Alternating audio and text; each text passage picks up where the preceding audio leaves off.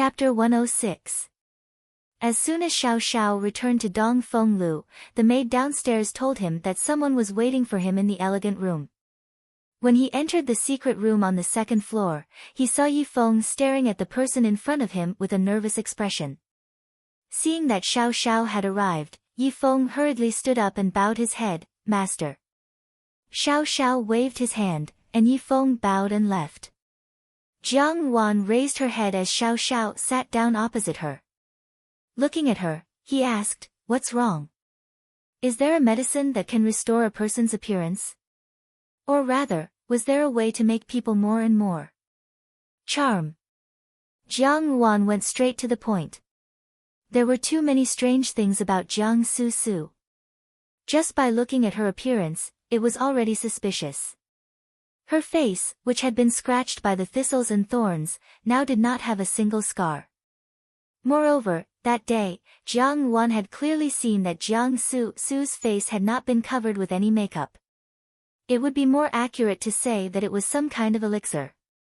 Moreover, Jiang Su Su's every movement seemed to be deliberately attractive, which was even more strange. Since Xiao Xiao was well versed in medicine and had seen a lot of things, he might have a better understanding of the situation.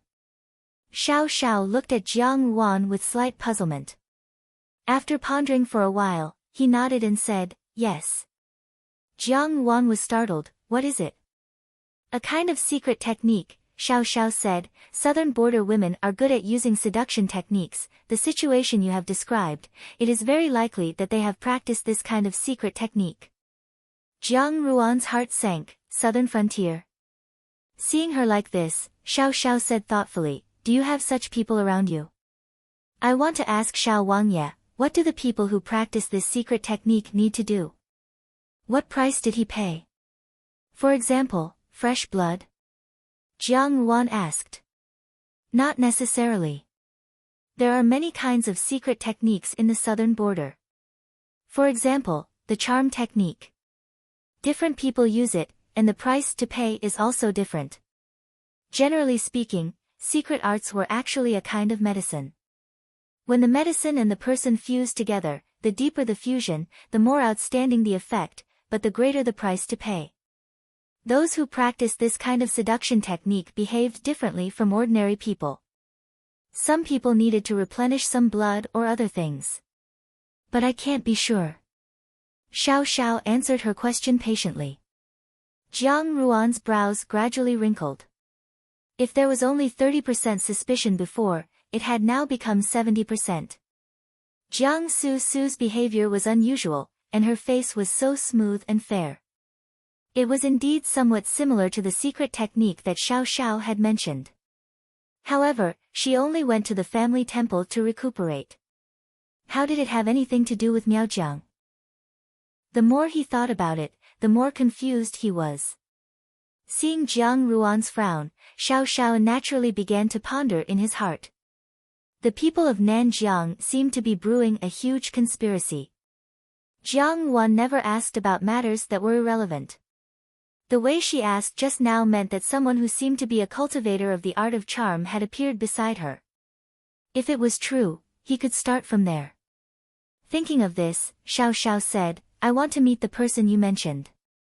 In her heart, Jiang Wan was plotting how to get Xiao Xiao into the Jiang Fu to meet with Jiang Su Su, so that she could personally confirm whether or not it was related to the secret technique of the southern wilderness. Unexpectedly hearing Xiao Xiao's words, she was slightly startled. This person was actually thinking the same thing as her. Of course she did not know that Xiao Xiao still had matters to deal with in the southern border. She only thought that this person was very considerate, and a trace of emotion floated up in her heart.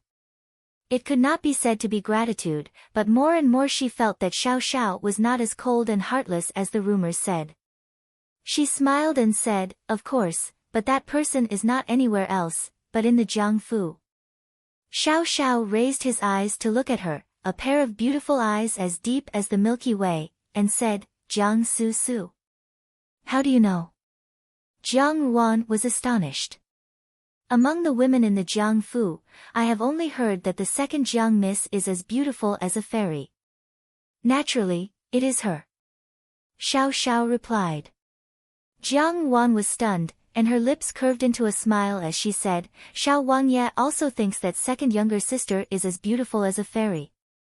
Xiao Xiao did not seem to have expected Jiang Wan to suddenly ask such a question. He frowned, looked at Jiang Wan seriously, and said, not as good as you.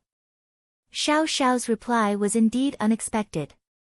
Even though Jiang Ruan's heart was usually as calm as still water, when she heard someone who had always been cold, she was still somewhat dazed. For a moment, she did not know what to say.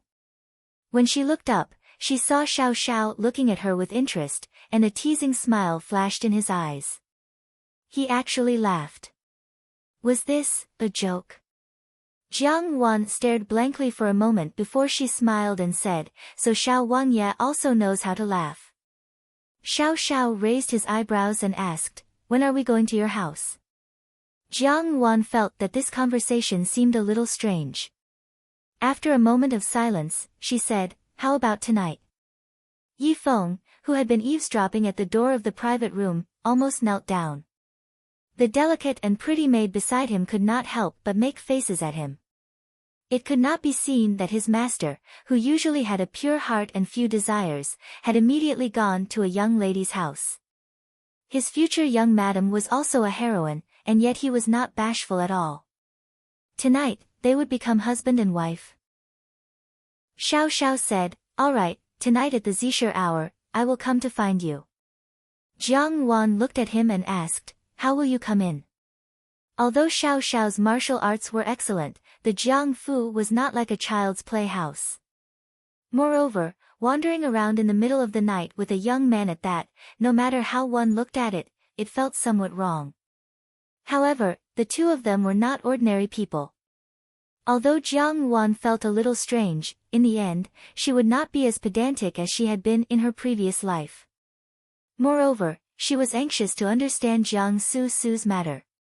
Don't worry, when the time comes, I will naturally come to find you. Xiao Xiao said. Jiang Wan thought about it and nodded, then many thanks, Xiao Wangye. Lian Qiao and Bai Ji stood to one side, not making a sound, but they exchanged glances. Their own Mrs. Trust in Xiao Wangye was growing. As her personal maidservants, they were very clear about Jiang Ruan's temperament. Ever since she had woken up after falling into the water in the rural residence, she had become extremely vigilant and had never been willing to easily trust the people around her. Even towards her own maternal grandfather, Zhao Guang's family, she had some reservations. Although this Xiao Wangye's temperament was a little cold, he had helped Jiang Ruan a lot over the past few times. If they could form a marriage, the two maidservants thought in their hearts, it would be much better than marrying someone else. Naturally, Jiang Wan did not know that her two personal maidservants had unknowingly sold her out. She lowered her head and continued to drink her tea. As she thought about being able to uncover Jiang Su's secret, her mood, which had been hazy for the past few days, became much more cheerful. You actually dared to bring such an unpresentable foo powder in front of me. Do you think that this lady is easy to deceive? Get out. A small round box was thrown out with a pa sound. The fine powder inside was scattered all over the floor, leaving tiny traces in the air. Jiang Li swept the things on the table onto the floor in an extremely dispirited manner, a bunch of trash. The maidservant beside her, Shi Lu, comforted her, Miss, don't be angry. In a few days, the people from Zhuolangzhong's Fu will arrive. At that time, Miss will be beautiful and bright. You should go happily. It would have been better if she had not said it, but once she did, Jiang Li was filled with anger. I don't understand. What's so bad about me that the Zhuo family is still so displeased? They are actually so fixated on that sickly wretch. Shi Lu advised, Zhuolangzhong is a good person and will naturally keep his promises. It seems that he is only acting this way because of his promise to 4th Mississippi. When Miss marries, he will naturally treat Miss well. They really mistook fish eyes for pearls. Jiang Li said indignantly. 3 years ago, Zhuolangzhong had saved Jiang Dan's life at the palace banquet. Later on, he had sent a matchmaker to propose marriage to Jiang Dan. Second Yang spoke for a long time with Jiang Quan, and the candidate to marry into the Zhuo family changed from Jiang Dan to Jiang Li. Who would have known that Zhuo Langzhong was actually an honest person? When he found out about this, he was furious. At that time, the Gung invitation cards had already been exchanged, and the birth dates and 8 characters had already been matched, so it was not good to go back on the deal. Who would have thought that Zhuo Langzhong would make another request? Every time she thought of this, Jiang Li would be incessantly angry. Zhuo Langzhong had actually indicated to Jiang Quan that he was willing to marry Jiang Dan as a co-wife. Sisters working together for one husband, if news of this spread, it would be a story that would spread far and wide. However, Jiang Li had always been a narrow-minded person, so naturally, she was unwilling to accept this outcome. Moreover, Jiang Quan was also unwilling to place both his daughters in Zhuo Langzhong's fu. The most shocking thing was Jiang Dan. Jiang Quan and Jiang Li had not yet given her any orders, but Jiang Dan had taken the initiative to reject this kind of marriage. Immediately, the capital was abuzz with this news, saying that the 4th miss of the Jiang Fu did not know what was good for her, and did not even care for the position of co-wife in Zhuo Langzhong's fu. In fact, with Jiang Dan's status, to be able to climb into Zhuo Langzhong's fu was already like a phoenix, let alone a co-wife. After Jiang Dan's rejection, things became much easier to handle. Jiang Su had already gone through her hairpin ceremony the day before she returned to the fu. Immediately after Jiang Li's hairpin ceremony, they could start arranging the marriage with Zhuo Langzhong. On that day, Zhuo Langzhong would also personally attend the ceremony, which was supposed to be a good thing. However, who would have expected that at this time, Jiang Li would start making trouble? It was not for anything else, but for the past few days, all the rouge and face powder that had been sent to her courtyard had been rejected by Jiang Li. Although second Yin Yang was only a Yin Yang, she still had some spare money on hand. Moreover, she only had one daughter, so she was naturally willing to part with it. These rouge and face powder were all high-quality goods from the best shops in the capital. In the past, they had been used well, but now, Jiang Li did not like them anymore. In fact, it was not for anything else. For the past 3 years, there had only been Jiang Li and Jiang Dan in the Jiang Fu. Ever since the exchange of marriage, Jiang Dan had become even more autistic and reserved, and almost never left her courtyard. Most of the social engagements between the Jiang Fu and the ladies in the capital were attended by Jiang Li. In the past few years, Jiang Li had regarded herself as the daughter of the Jiang Fu. Who would have thought that Jiang Su and Jiang Wan would suddenly return? Needless to say, Jiang Wan had transformed into a Junju, and even had the protection of the Zhao family. Jiang Su had originally thought that after going to the family temple, she would naturally not be able to raise her head. Who would have thought that she would become more and more beautiful with each passing day? With Jiang Wan and Jiang Su in front of her, the appearance that Jiang Li was so proud of became a joke. Naturally, no matter what she looked at, she did not like it. She clenched her fists tightly. What about the hairpin ceremony? Even with those 2 in front of me, everyone will go to look at them. Who will still look at me? Miss, please don't say that. Shi Lu whispered, eldest miss is now a Junju, but accompanying the monarch is like accompanying a tiger. The more the palace says, the more mistakes there will be. Who knows what will happen in the future? Needless to say, second miss, even after 3 years, everyone has still heard of what happened in the past. In the future, it will still be very difficult to talk about marriage. Now, Miss seems to be the most comfortable in the fu. After the hairpin ceremony, Zhuo Langzhong will marry you. Even Laoi cannot control this marriage. You will be married before eldest Miss and second Mississippi, isn't that great? After listening to the maidservant's words, Jiang Li's heart slowly calmed down. You are right, there is nothing for me to worry about. At least, the husband that I will marry will be better than them. Shi Lu carefully comforted her for a while, and Jiang Li finally calmed down. She no longer threw tantrums and threw rouge. The night sky was unusually dark, and the stars that filled the sky were even more dazzling, as if they were about to fall from the top of one's head. It was already late at night, and the courtyard was quiet. The entire capital of the great Jin dynasty had fallen into a deep sleep. The Jiangfu was so quiet that one could hear a pin drop. Wanju's room was still quietly lit by a small lamp. The light was so weak in the night that it could barely reflect the floral window in front of the study table. Lian Xiao, with some heartache, handed over a small cup of honey water. "Miss, why don't you rest for a while? This servant will keep watch for you. If Xiao Wangye arrives, this servant will wake you up." "What time is it now?" "Miss, be careful with your body." Lian Xiao secretly cursed in her heart. Of all the times this Xiao Wangye could have picked, he had to pick the midnight hour. Jiang Wan had always slept early, and this time, she was already drowsy, yet she still kept watch over the lamp, waiting for that person to arrive. Lian Xiao looked at the hourglass. "Hey, it's almost midnight." Jiang Wan had originally supported her chin with one hand and looked at the lamp in front of her with the other, bored to death. When she heard Lian Xiao's words, she became a little more spirited. Xiao Xiao was a dignified Wangye, and she did not know how he had entered the Jiangfu. Could it be that he had climbed over the wall? Or perhaps he had crawled through a dog hole? When she thought of that incomparably handsome face covered in dirt and grime in the dog hole, Jiang Wan could not help but giggle. "Are you very happy?" A cold and slightly hoarse voice sounded beside her ear, and at the same time, she could smell the faint scent of green bamboo on the man's body. Jiang Wan was slightly startled, but Lian Xiao had already cried out, "Aya!" Although Jiang Wan was also startled in her heart, she had always been good at pretending, and there was not a trace of panic on her face. She just looked Xiao Xiao up and down, blinked, and said somewhat disappointedly, "It's actually not him."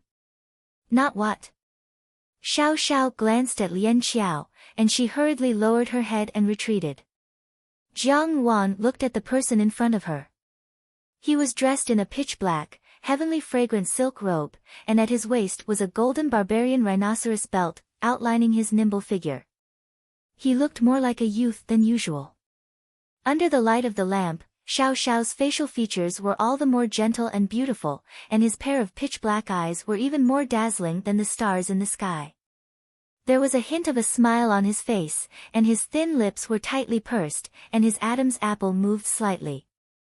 She had always looked at beauties under the lamp, but under the light of the lamp, this youth was even more beautiful than in 100 days. Jiang Wan thought to herself, "Evildoer," and turned her gaze away. She had thought that he would dress up like a rapist, or at least that he would appear somewhat reserved and cowardly when visiting a woman's boudoir at night. However, this Xiao Xiao was not like an ordinary person, he was so magnanimous that it was astonishing. Moreover, from the beginning until now, his elegance had not diminished one bit. How did he look like he was here to explore a secret? He was clearly here to be a guest. Xiao Xiao looked outside. "It's not bad, let's go." Jiang Wan looked at him in astonishment. "Should I just follow you like this?" "No need." After Xiao Xiao finished speaking, he reached out and grabbed the back of Jiang Ruan's collar. Without waiting for Jiang Ruan to say anything, he leaped out of the window. Jiang Wan was startled, and subconsciously wrapped her hands around Xiao Xiao's waist. The sound of the wind whistling in her ears, and her heart was filled with anxiety. This kind of nervousness was different from the nervousness she felt when scheming against people on a daily basis. It was a kind of pure nervousness due to the unknown. It was like the nervousness she felt when Zhao Mei was still alive, and Jiang Xing had sneaked her out of the Fu to see the temple fair, and when they had crawled out of the dog's hole, afraid that they would be discovered. Within that nervousness, there was also a little excitement, as if she had returned to the time when she did not need to worry about anything. It was a kind of excitement that she had not felt for a long time, and it actually made her forget the fear of being brought into the air, and she became somewhat at a loss. Xiao Xiao saw that Jiang Wan was unusually quiet, and could not help but lower his head to look at her.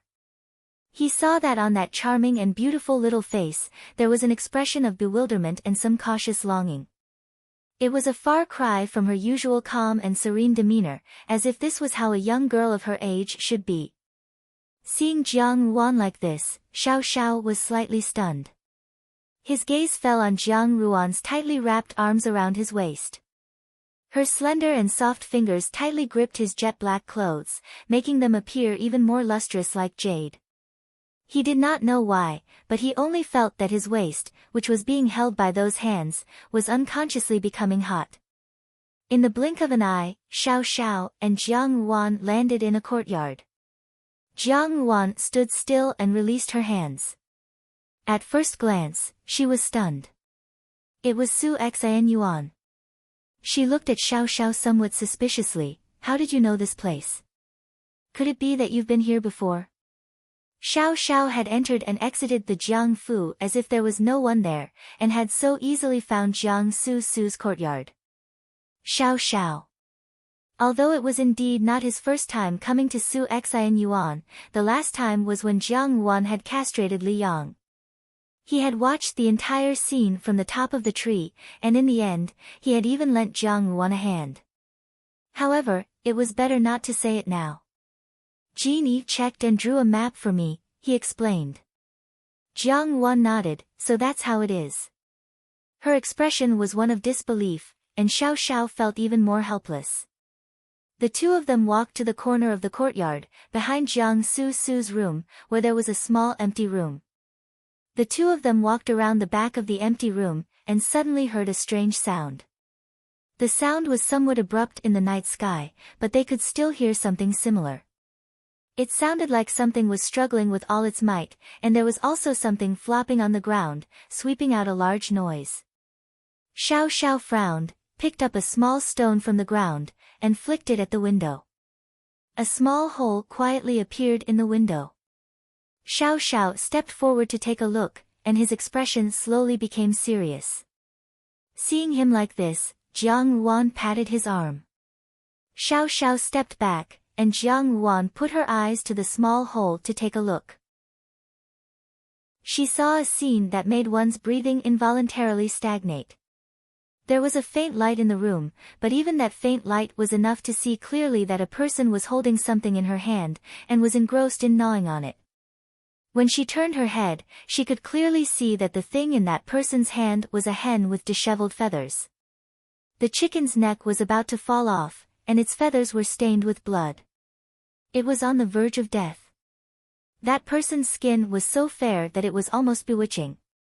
Her eyes were drifting, and she was dressed in white. Her appearance was clear and elegant, like that of a fairy. However, the corner of her mouth was stained with blood, and she looked like a ferocious ghost. It was Jiang Su.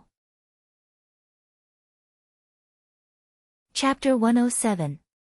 Jiang Ruan's gaze became sluggish, but at this moment, there seemed to be footsteps coming from outside. Xiao Xiao's expression changed, and he grabbed Jiang Ruan's arm and hid behind the door of the small house. It was Butterfly who walked in, and after a while, she came out carrying the dead chicken. She dug a hole under the peach tree in the courtyard and buried the dead chicken. Looking at her familiar movements, it was clearly not the first time she had done this. Jiang Ruan wanted to move, but in a moment of carelessness, the hair ornament on her head wrapped around Xiao Xiao's collar. Only then did she realize that the two of them were very close. Xiao Xiao's bamboo scent was faintly discernible, and the coldness of his clothes was strangely reassuring. After the people in the house left, the lights went out. It seemed that after doing all this, they could brazenly go to sleep. When there were no more sounds in the courtyard, Xiao Xiao carried Jiang Ruan back to Wanju. In the room, Lian Qiao and Baizhi were waiting anxiously. Seeing the two of them return safely, they breathed a sigh of relief. Lian Qiao and Baizhi saw that Xiao Xiao and Jiang Ruan had something to say, so they left and closed the door. Xiao Xiao sat down at the table, and Jiang Ruan poured him a cup of cold tea. She asked, "Just now, you clearly saw that she... Is it the secret technique she practices?" "Yes."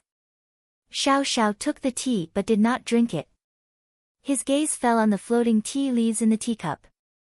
He said, "She has been practicing for a long time.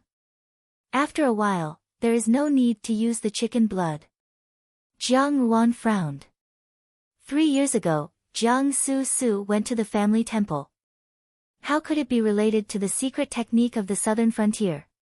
She said, "How did the secret technique of the southern frontier reach the central plains?" Xiao Xiao raised his eyebrows and said, "Someone is secretly helping Jiang Su Su." "Is it help or use?" Jiang Yuan asked. Xiao Xiao shook his head. "Before we find the person, everything is uncertain." Jiang Yuan lowered her head. Xiao Xiao looked at her seriously. From this angle, he could see Jiang Yuan's slender neck. Perhaps it was because the light from the lamp made her appear softer, or perhaps her attitude had been very gentle from beginning to end tonight, but there was no trace of her usual estrangement. At this moment, the frown on her face made people feel that this expression should not have appeared on her face. It made people want to do something for her. Thus, before Xiao Xiao could figure out what he was thinking in his heart, he heard his own cold and clear voice ring out, "The Jiang Fu is no longer safe. I will find someone by your side to protect you." Jiang Yuan was slightly startled. "There's no need. Jiang Su Su has been affected by the Nanjiang people's secret technique, so it's impossible for the Nanjiang people to just leave like this. I'm guessing that they're in a very close place, so Jiang Su Su will come in handy one day. If there are people from the southern wilderness in the Jiangfu, your situation will be very dangerous." Xiao Xiao thought for a moment before saying, "I will send a woman over." Jiang Yuan raised her head to look at him. The youth in front of her was cold and handsome, yet he was thoughtful and considerate. It was undeniable that it was tempting to have someone who knew martial arts protecting him. If there was anything that could be used, she should make the best use of it. She thought for a moment and said, "Thank you." Xiao Xiao nodded. "I'll head back first. I'll send him over tomorrow." Jiang Yuan nodded. Xiao Xiao glanced at her, and in the next second, he leaped out of the window and disappeared into the night in the blink of an eye. Lian Xiao and Bai Ji were called in. The two servant girls were somewhat surprised. How did Xiao Wangye disappear in the blink of an eye? Just now, we servants were watching the door tightly, but no one came in. Jiang Yuan shook her head. Xiao Xiao had really figured out the Jiang Fu thoroughly. Even though he was a gentleman on the beam, he still acted so elegantly. In all of Dajin, perhaps he was the only one who could do this.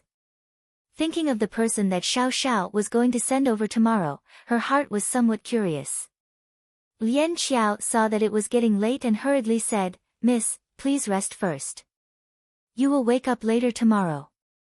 She then helped Jiang Yuan to the bed, blew out the lamp, and left.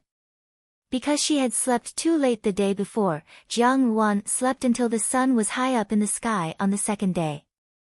When Lian Xiao brought water in to help her freshen up, she wanted to say something but stopped herself. Jiang Yuan looked at her and said, "Why are you holding back? What's the matter? Speak." Lian Xiao blinked her eyes. "Miss, 15 Young is expecting." "So soon?" Jiang Yuan was not surprised and smiled. She has thought it through. Miss already knew that 15 Young would act so soon. Lian Xiao asked in surprise. She is not stupid.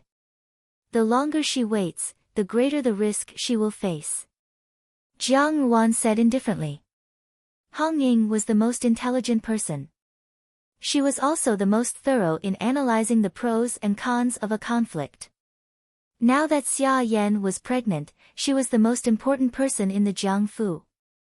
No matter how much Jiang Quan doted on her, if Xia Yan were to use the future D-child of the Fu's little young master as a raft, when the time came, Hong Ying would be doomed. Just look at Hong Ying's fate in her previous life. In this life, as soon as Jiang Yuan mentioned it, Hong Ying immediately understood. If Xia Yan really made a move and Hong Ying was pregnant, Jiang Quan would not act blindly without thinking for the sake of the child. A child was Xia Yan's pass and Hong Ying's escape card. However, when Xia Yan found out that Hong Ying was pregnant, what kind of expression would she have? In Yan Hua Yuan. Xia Yan suddenly smashed the cup in front of her. Did you see it clearly? She really has a pulse of pregnancy. Standing in front of Xia Yan was a middle-aged man dressed in brown clothes. He held a medicine box in his hand and said, I have already taken her pulse. It is indeed a pulse of pregnancy. Slut! How could she get pregnant like this? Xia Yan flew into a rage.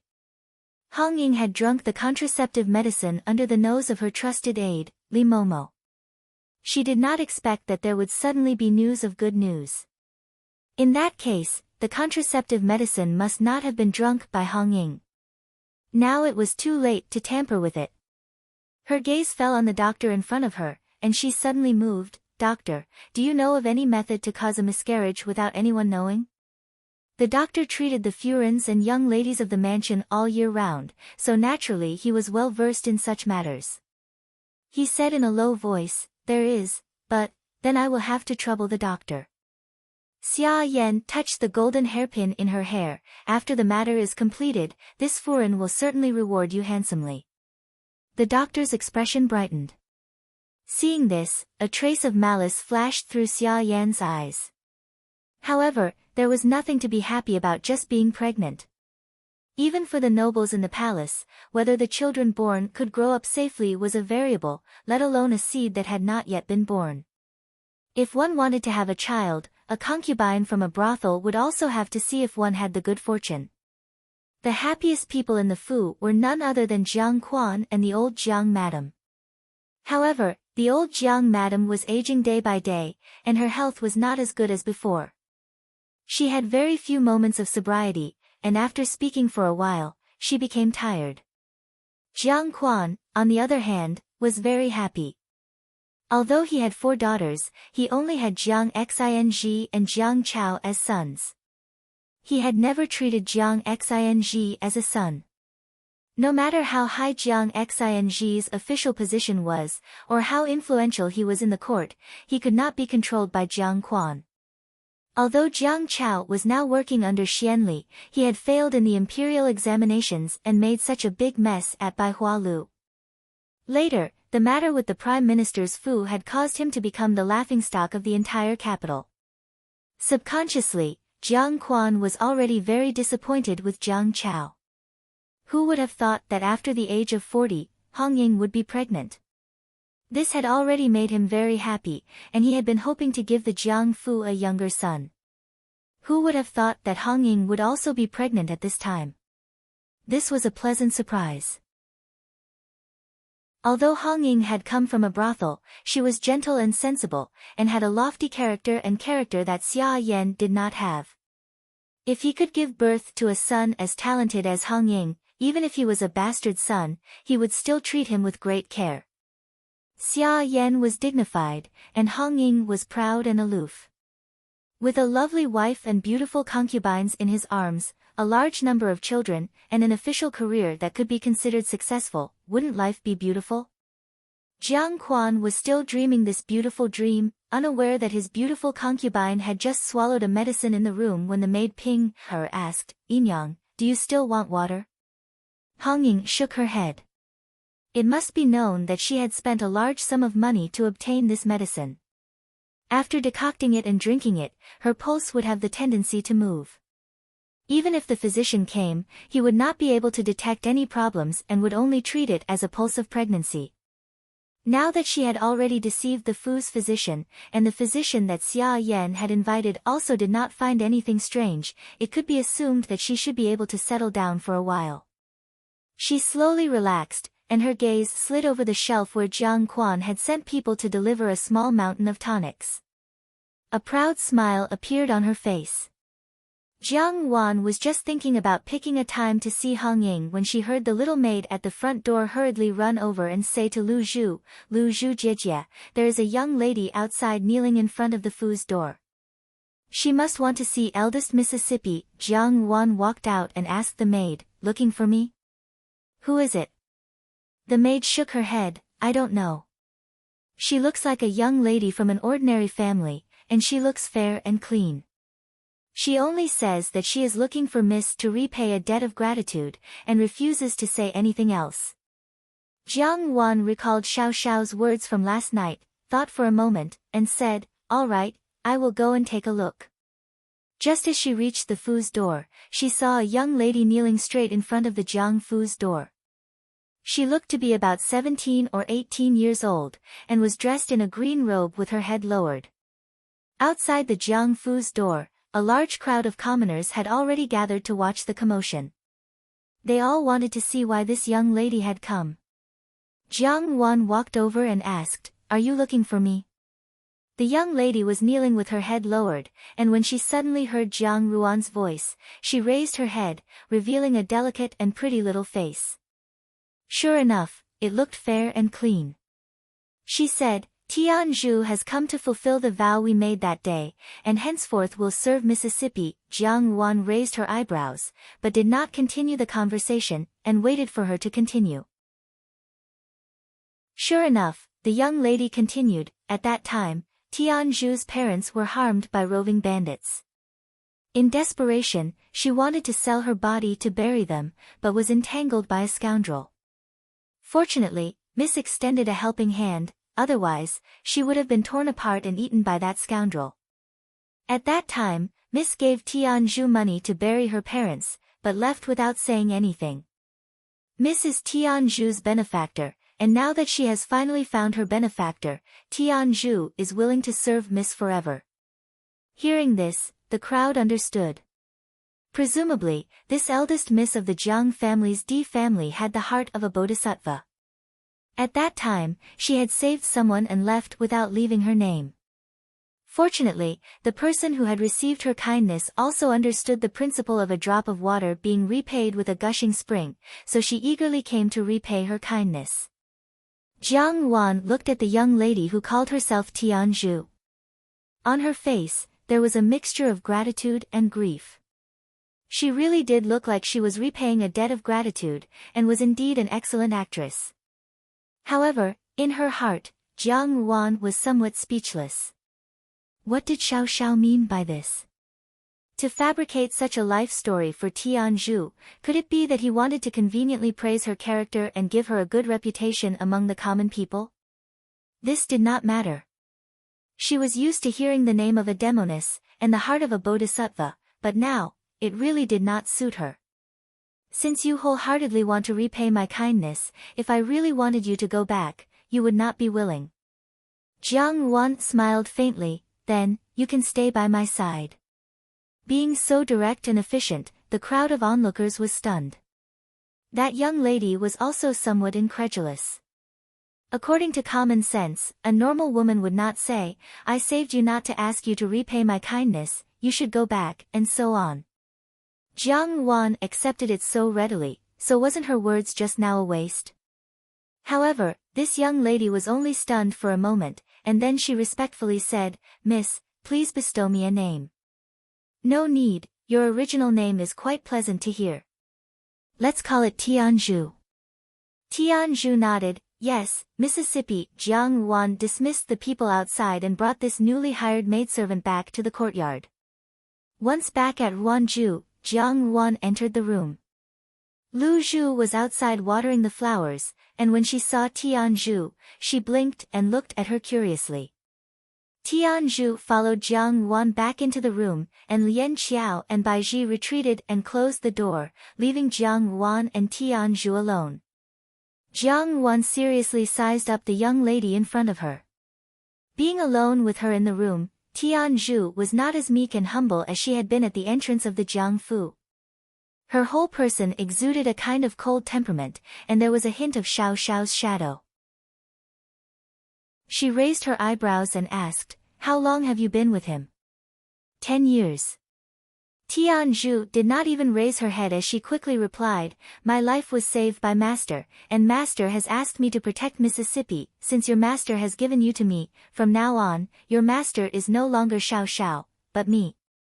If one day I want you to betray Xiao Xiao, you can only obey."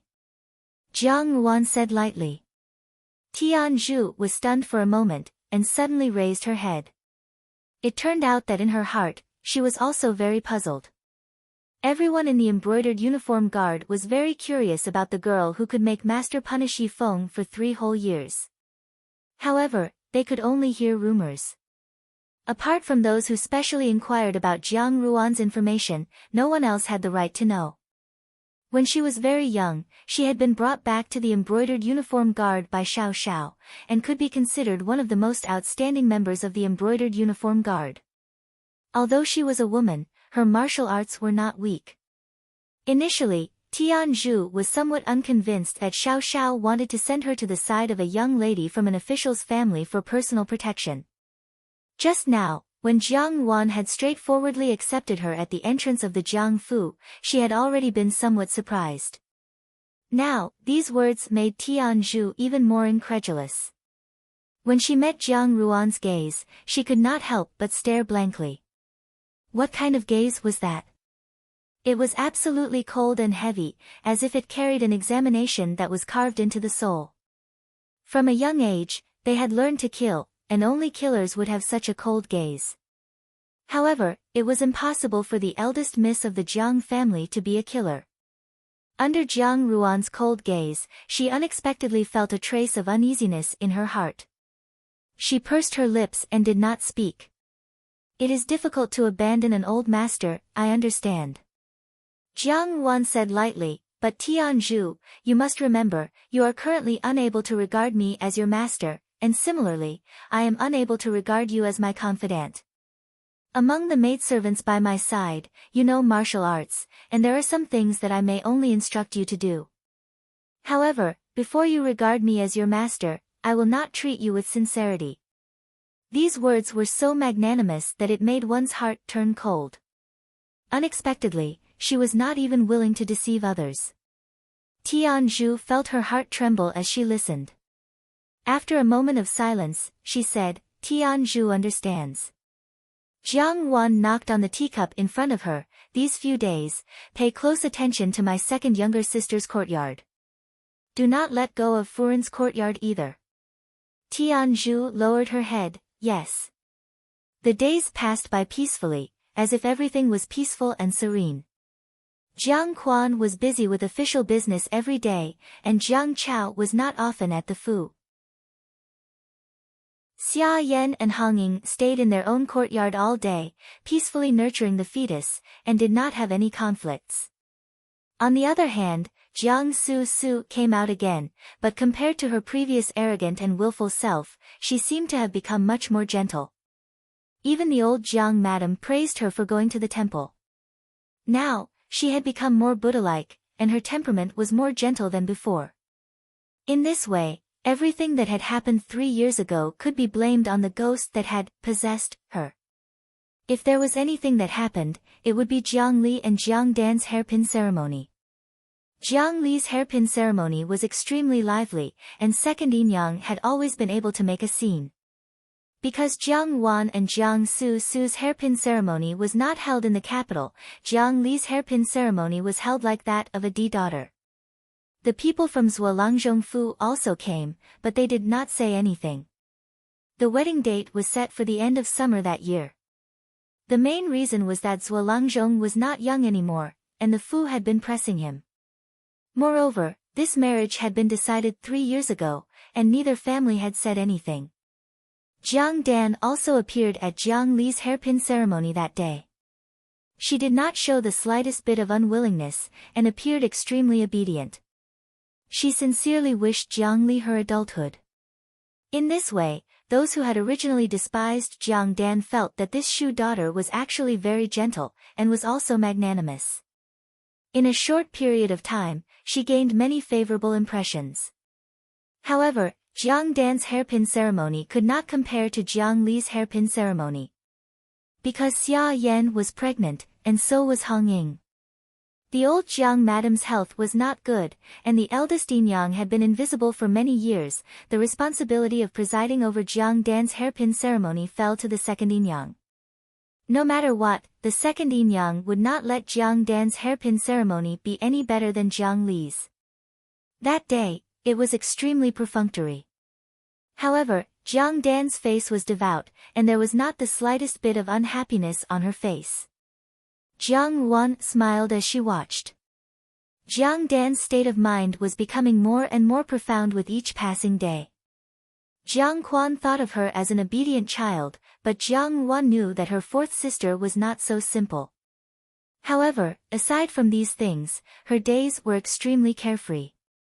It was as if the Jiang Fu had always been a harmonious and warm family, and not a dangerous azure field. By the time the blooming period of the peach blossoms in front of the door had passed, Xia Yan's belly was already very obvious. She also showed signs of pregnancy. Her appetite became very good, and her body had even gained a size. This time, she was even fiercer than when she was pregnant with Jiang Su Su and her younger sister.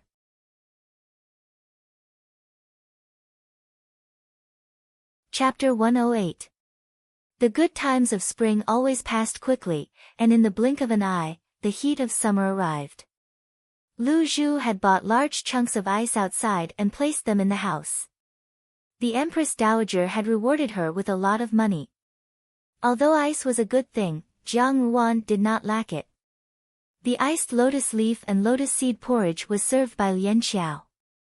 Jiang Wan tasted it and found that it was sweet and delicious. It was indeed the best taste of summer. Although there were not many bamboos planted in the western corner of the courtyard, the verdant green color was indeed beautiful enough. Therefore, although the sun was scorching outside, Wanju always had a sense of comfort. Lu Zhu was greedy for the cold and did all the embroidery work in the house. Jiang Wan did not say anything. Tian Zhu was like a decoration, sitting at the side and watching Lu Zhu embroider a handkerchief. In fact, it was not that Tian Zhu was not outstanding enough. On the contrary, if her embroidery was taken out and said to be the work of a famous embroiderer in the capital, no one would doubt it. Although Jiang Wan usually wore brightly colored clothes, she did not care much about these things. She simply told Tian Zhu not to do anything. She just needed to pay attention to gathering information. It was cooler in the house, but the sun outside seemed to be getting bigger and bigger. It was already afternoon. After eating lunch and eating a bowl of cold dessert, Jiang Wan also felt a little sleepy. Just as she was about to get up and rest on the couch, someone came to the courtyard. It was old Jiang Madam's maid, Du Wan. Tian Zhu asked, "Why are you here?" Du Wan smiled and said, "Old master's former colleague came to visit old madam and gave her 2 bolts of Choyu silk. He asked Nobi to bring 1 bolt to Mississippi." Jiang Wan said, "Third younger sister and fourth younger sister also have one." Du Wan smiled as she looked at Jiang Wan. Nowadays, in the Jiangfu, no one dared to look down on this eldest young Mississippi. Although when the late Furen was still alive, she had been given the cold shoulder by master, and the position of the late Furen, eldest young master, and eldest young miss in the Fu could be trampled upon by even a maidservant. Originally, they had thought that it would be impossible for them to rise again in this lifetime. Who knew that eldest young master would become a high-ranking military officer of the Jin court, and eldest miss would become the current Junju? Even without the title of Junju, the General Fu was clearly supporting her, so who would dare to look down on her? Therefore, it could be said that people's encounters were truly wonderful. She opened her mouth and said, "No, there are only 2 bolts." Old Furen wanted to give them to Furen, but Furen said that she was old and that it would look better if they were given to the young ladies of the residence. In terms of status, you and second young miss deserve it. Moreover, third young miss and fourth young miss are indeed a bit young. In her heart, Jiang Wan almost laughed in spite of herself. Jiang Li and Jiang Dan were both young ladies of marriageable age. The 4 of them were similar in age, so it was necessary to differentiate between the Di and Shu wives. There was nothing wrong with this, but it was Xia Yan who had brought it up. Jiang Wan ordered Bai Ji to receive the Choyu silk thread and said to Du Wan, "If that's the case, then I'll have to trouble Du Wan Jia to thank Zumo on my behalf." Du Wan hurriedly smiled and declined, "Eldest miss, you are going to make this servant suffer." She looked at Jiang Ruan's smiling appearance and sighed in her heart. Normally, Jiang Ruan did not put on airs. Even after she had been promoted to Junju, she did not deliberately request the servants to treat her with the courtesy of a Junju. However, as long as she stood there and glanced over, it would make people's hearts feel heavy. It was as if she had the demeanor of a noble in the palace. After chatting with Jiang Ruan for a while, Du Wan hurriedly left. After Du Wan left, Jiang Ruan ordered Bai Ji and Lian Qiao to open the Chouyu silk thread that Du Wan had brought. The Chouyu silk thread originated from the Persian region and was very rare in the Great Jin dynasty. It would not be an exaggeration to say that such a bolt was worth 100 taels of gold. In fact, it was a brightly colored silk thread. Sure enough, as soon as Du Wan and Bai Ji opened it, Lu Zhu exclaimed in surprise. The silk thread was as white as jade and seemed to emit the faint luster of a pearl. Just looking at it would make one endlessly happy. If it was used to embroider a flower on a piece of clothing, she would really be in the limelight among the noble ladies of the capital. Lu Zhu excitedly said, "This silk thread is really beautiful. Why not let Tianzhu embroider a flower?" No, a flower is too vulgar. It would be a waste of such beautiful silk thread. Why not embroider a firefly? Tianzhu's hands are so dexterous, she would definitely be able to do a wonderful job. Tianzhu walked to the front of the Chouyu silk thread and stretched out her hand to gently stroke the silk thread. Lu Zhu said with distress, "Be gentler. Don't damage the silk thread." Just as she finished speaking, she saw Tianzhu bend down and gently sniff at the silk thread. Jiang Ruan looked at her thoughtfully. After a moment, Tianzhu straightened up and stretched out her hand to roll up the Chouyu silk thread and put it aside. Her eyebrows quietly wrinkled. Jiang Ruan looked at her thoughtfully and asked, "What's the problem?" "The Chouyu silk thread itself is not a problem," Tianzhu said, "but this bolt has a kind of perfume added to it. When combined with the Chouyu silk thread, it will have a special effect." Jiang Ruan raised her eyebrows. "What effect?" "When a pregnant woman smells this fragrance, she will definitely miscarry within 3 days. Even a young girl with a pure body will not be able to conceive a child if she smells it too much," Tianzhu said lightly. "What?" Lian Qiao was shocked. She was so angry that she almost rushed up and tore the silk thread. How can this be?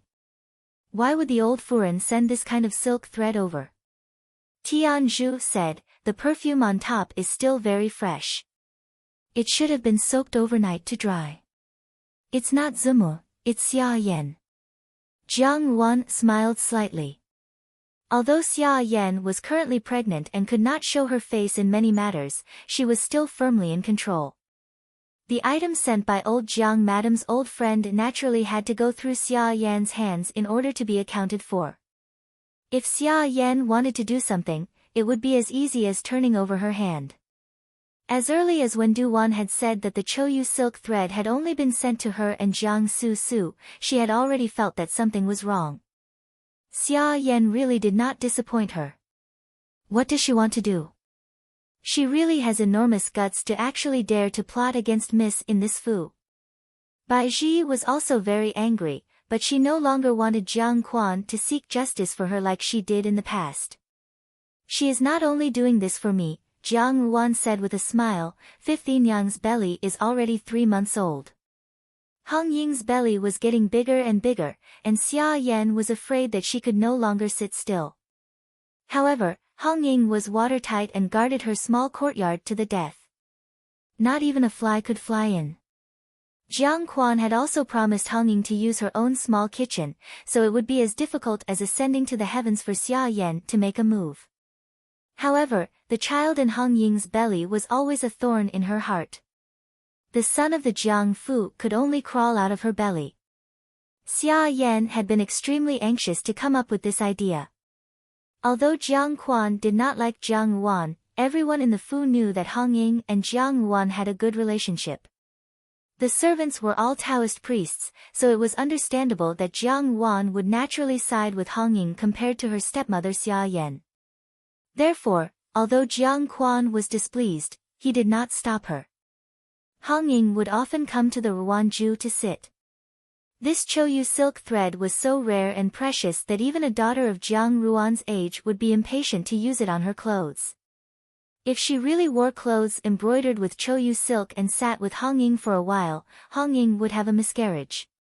When the time came to investigate, Xia Yan could easily say that each person had a bolt of Choyu silk thread. Jiang Su Su did not have any problems, so the problem was certainly not with the material. In the end, it would become an accident where Jiang Ruan poisoned the child in Yin Yang's belly. Killing two birds with one stone would not only get rid of the child in Hong Ying's belly, but it would also give Jiang Ruan a vicious reputation. So what if she was a Junju? With such a crime weighing on her, she similarly could not bear it. Xia Yan's masterful calculation really made people gasp in amazement. Jiang Ruan smiled slightly. After waiting for so long, this soft tortoise had finally stretched out its limbs. Since it had moved, it would depend on who was more agile. Tianzhu muttered to herself, "Miss, should this subordinate exchange this silk thread with Jiang Su Su's?" Even though she was now with Jiang Ruan, Tianzhu still referred to herself as subordinate as if she was with Xiao Xiao. "There is no need to use a butcher's knife to kill a chicken," Jiang Ruan shook her head. "There is no need for you to take action, someone will solve this problem for us." Since Xia Yan wanted to deal with Hong Ying, how could Hong Ying not retaliate? She asked Tianzhu, "You know poison?" "I once followed master to deal with the people of the southern frontier, so I know a little." "The spice on it is not rare," Tianzhu said. "Very good, is there a way to detoxify it?" "I will try." As usual, when Hong Ying came to Ruanju, she took the tea that Baiji had poured for her and looked at Jiang Ruan's clothes with some surprise. "Your embroidery is very beautiful, the silk thread seems to be glowing." On Jiang Ruan's bright red chrysanthemum pattern, a snow-white luan was clearly embroidered. The embroidery was very exquisite, and the luan was vivid and lifelike. The silk thread also faintly emitted a kind of pearl color, which made the luan seem as if it was about to fly out of the clothes. Jiang Ruan smiled, "The Choyu silk thread that Zumu sent is very beautiful. If Yin Yang likes it, you can take the remaining silk thread back."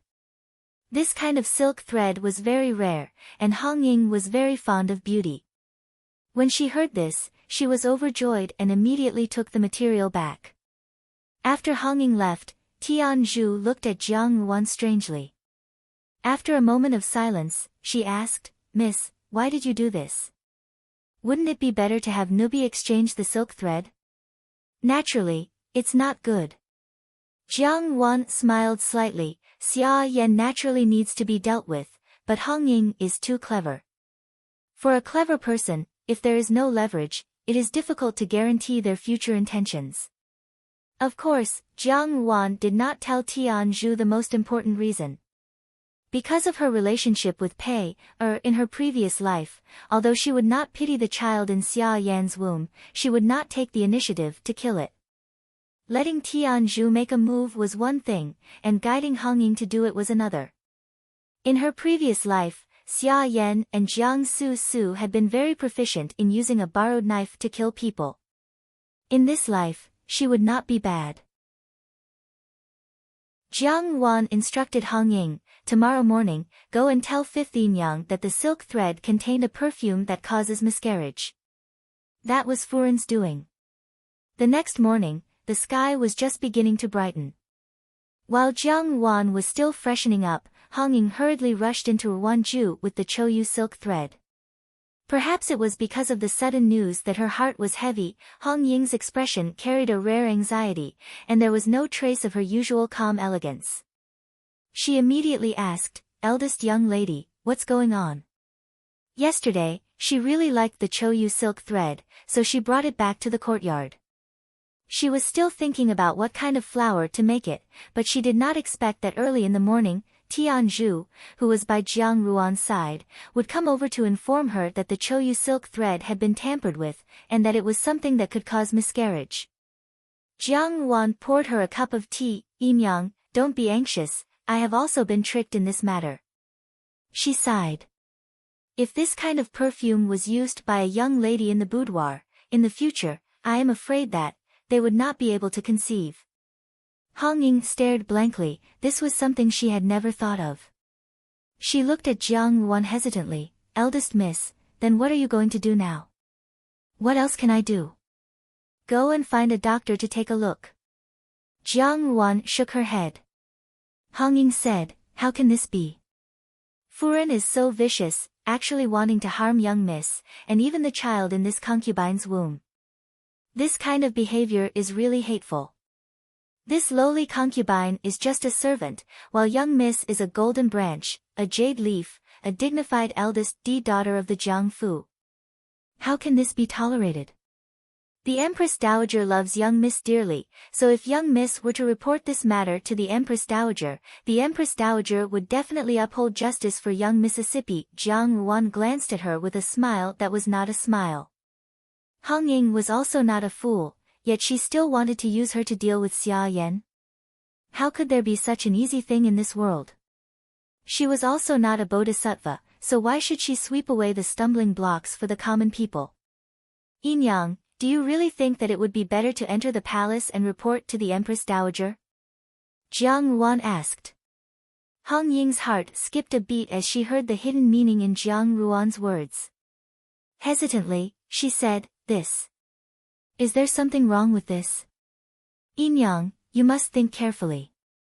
If this Choyu silk is used on the body, within 3 days, it will definitely cause a miscarriage. To tell you the truth, my Ruanju is actually not very clean. Moreover, when Yin Yang carried the Choyu silk back yesterday, many servant girls saw it on the way. The Jiang Fu is not big, so such a small matter can be found out with a careful investigation. Since Yin Yang is pregnant, and there are no signs of a miscarriage while carrying the Choyu silk, if Furen were to find out, I wonder what she would think. Hong Ying stared blankly for a moment, then suddenly understood the meaning of Jiang Ruan's words and felt a chill run down her spine.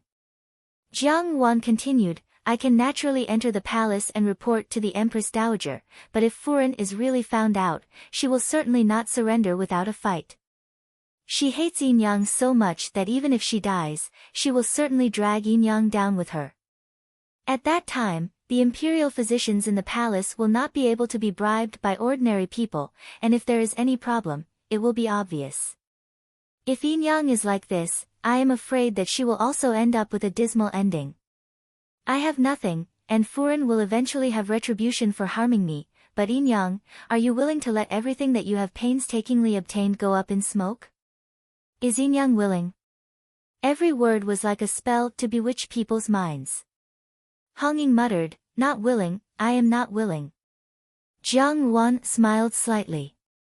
Hong Ying looked at Jiang Ruan and suddenly grabbed Jiang Ruan's sleeve, Miss, save this concubine. This concubine does not want to be conspired against by Furen, this concubine only wants to have a foothold in the Fu. She finally understood that only the eldest young miss of the Jiang Fu, the current Hong and Junju, could save her. Although Jiang Ruan did not say anything, Hong Ying knew that she definitely had a way. Yin Yang need not be anxious. Jiang Ruan patted her hand, and her smile became more gentle. Furen is now certain that Yin Yang will miscarry. If Yin Yang does not miscarry within 3 days, Furen will certainly suspect that Yin Yang is in the womb. However, what if Yin Yang did not take this spool of Choyu silk with added spices? Hong Ying slowly released her hand and looked at Jiang Ruan blankly. There are 2 spices of Choyu silk. One will be sent to my courtyard, and the other to second younger sister's courtyard. Since it is necessary to show that everything is clean, second younger sister will also make a similar set of clothes. If the maidservant takes the wrong material, then Yin Yang will only be lucky that Yin Yang did not miscarry. Hong Ying slowly regained her composure.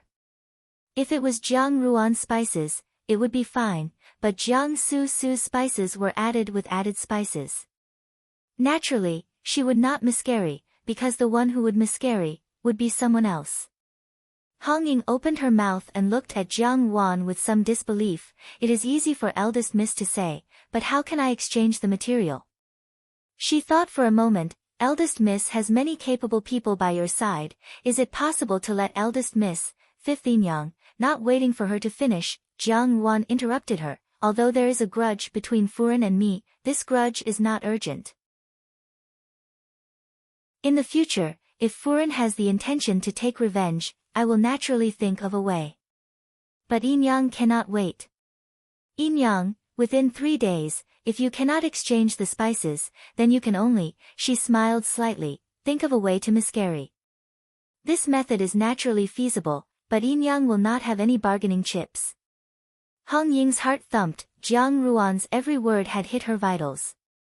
Yes, in order to not arouse suspicion, she could only pretend to miscarry, but in this way, she would also have no bargaining chips. If she could exchange the spices, not only could she make Xia Yan's stomach become empty, but she could also reap all the benefits from it. That spice, wasn't it Xia Yan's own doing? Jiang Ruan's voice floated over softly. Does Yin Yang really not want to get rid of the child in Furen's stomach?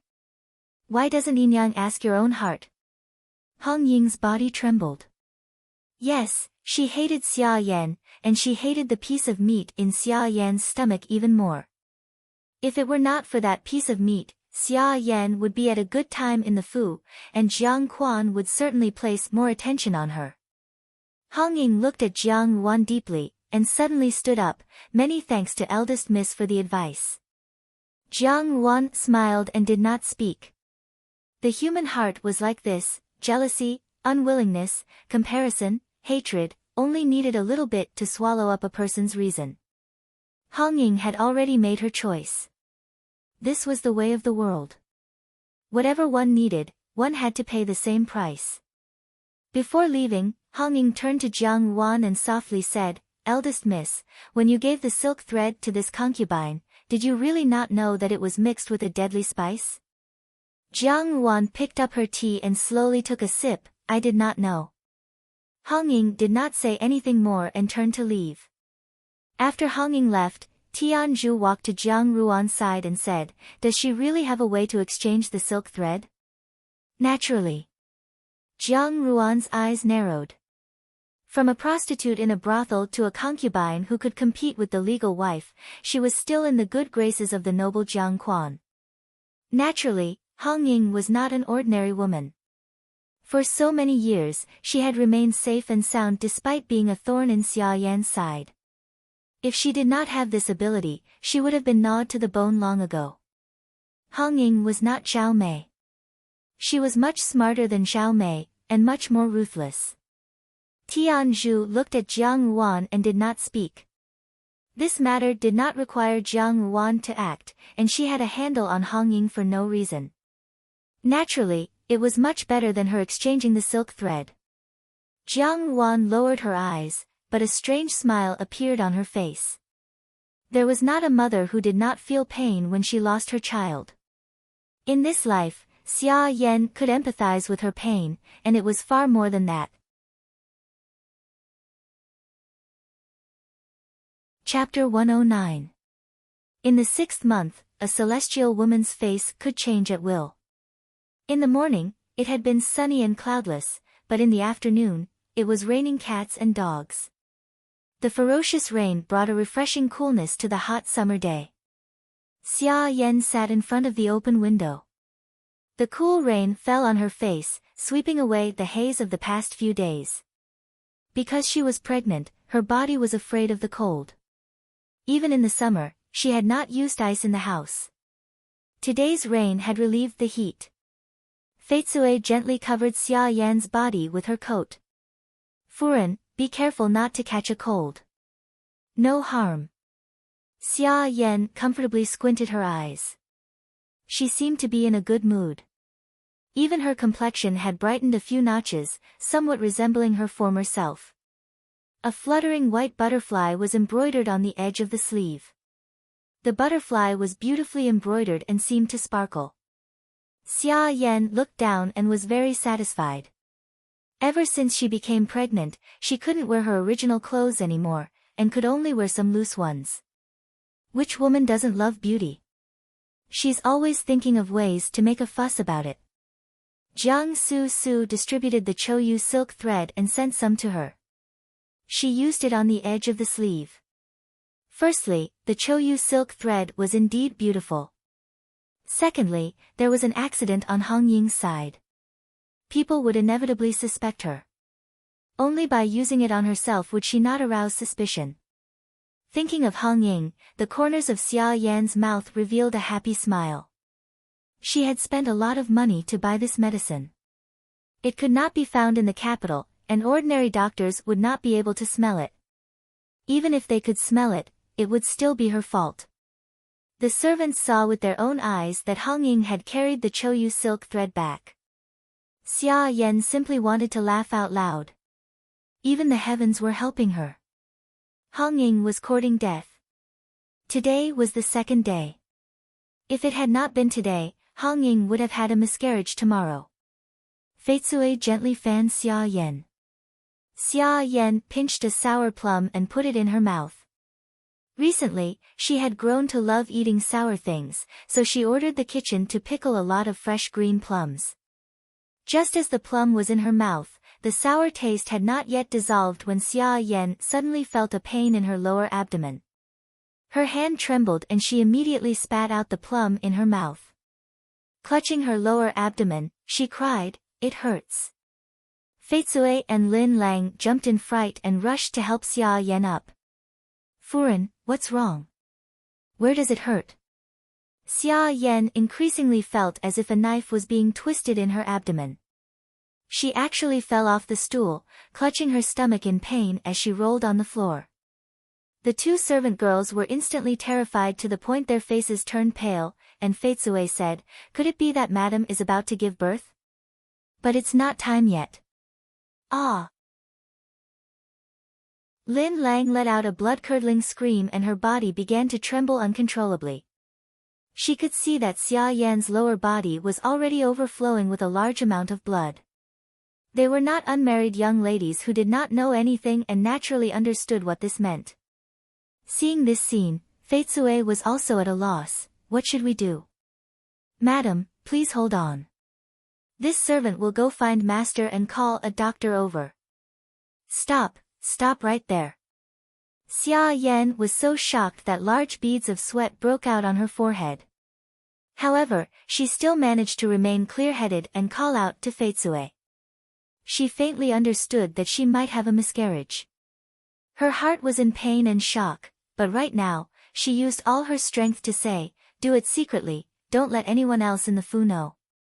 Finishing speaking, she screamed again, clutching her stomach and rolling around. Jiang Ruan closed the book in front of her. Tianzhu quickly walked to her side and said in a low voice, "Xia Yan had a miscarriage." "As expected, the medicine is overbearing," Jiang Ruan said indifferently. However, she did not alarm anyone else. Tianzhu thought for a moment. She only found a doctor from outside.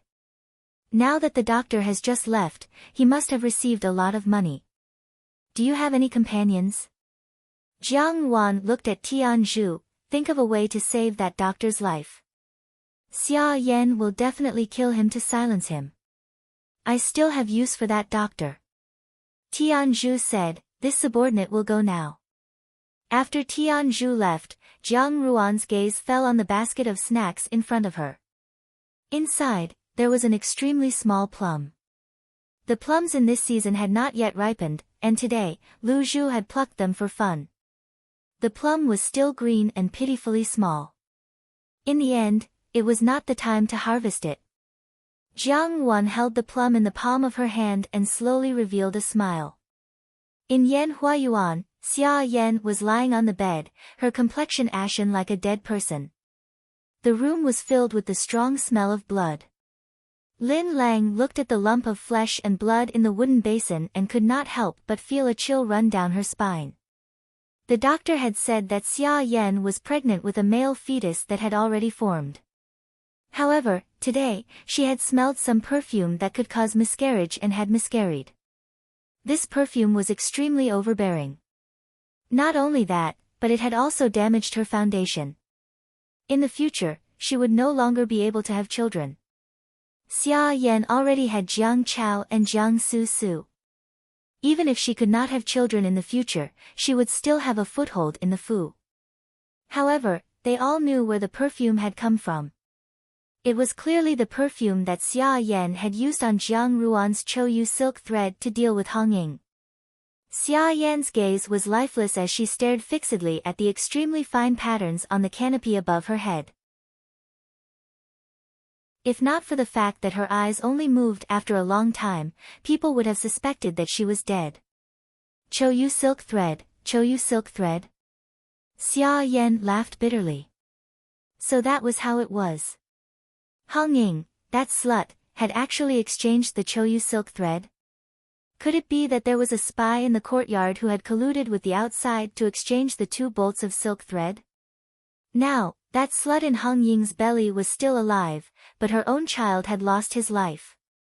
This kind of blood feud was absolutely irreconcilable. Thinking of the child in her belly, Xia Yan felt as if a knife was twisting in her heart. This child had been in her belly for so long and was about to give birth, but it had died midway. Moreover, it had been a boy. What would Jiang Quan do when he found out? He would definitely be very disappointed. How could she tell him this news? If she told him, wouldn't the slut in Hong Ying's belly be even more like a fish in water? If her child had died, wouldn't that slut in Hong Ying's belly be even more like a fish in water? Lin Lang timidly stepped forward. Furen, should we inform second miss? Don't tell her that I had a miscarriage, Xia Yan said with difficulty. Just say that there was a problem with the silk thread and tell her not to use it. Xia Yan's voice was like silk. If anyone else were to find out about this matter, your family's lives would not be guaranteed. Fei Zui and Lin Lang were startled, and simultaneously lowered their heads. We will understand. Get lost. Xia Yan obviously did not want to speak anymore. Just as Fei Zui and Lin Lang were about to withdraw, Lin Lang suddenly and cautiously asked, Then what about the little master's body? Xia Yan stared blankly and looked out the window.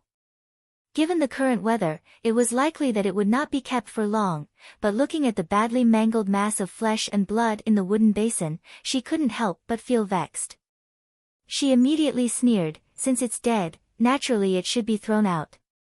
She turned her head away with some disgust. Do it cleanly, don't let others catch hold of it. Fei Zui and Lin Lang's hearts turned cold. Xia Yan's actions towards their own flesh and blood were too chilling. But at the moment, there really was no other way. They naturally did not know what Xia Yan was planning, so they could only comply and leave.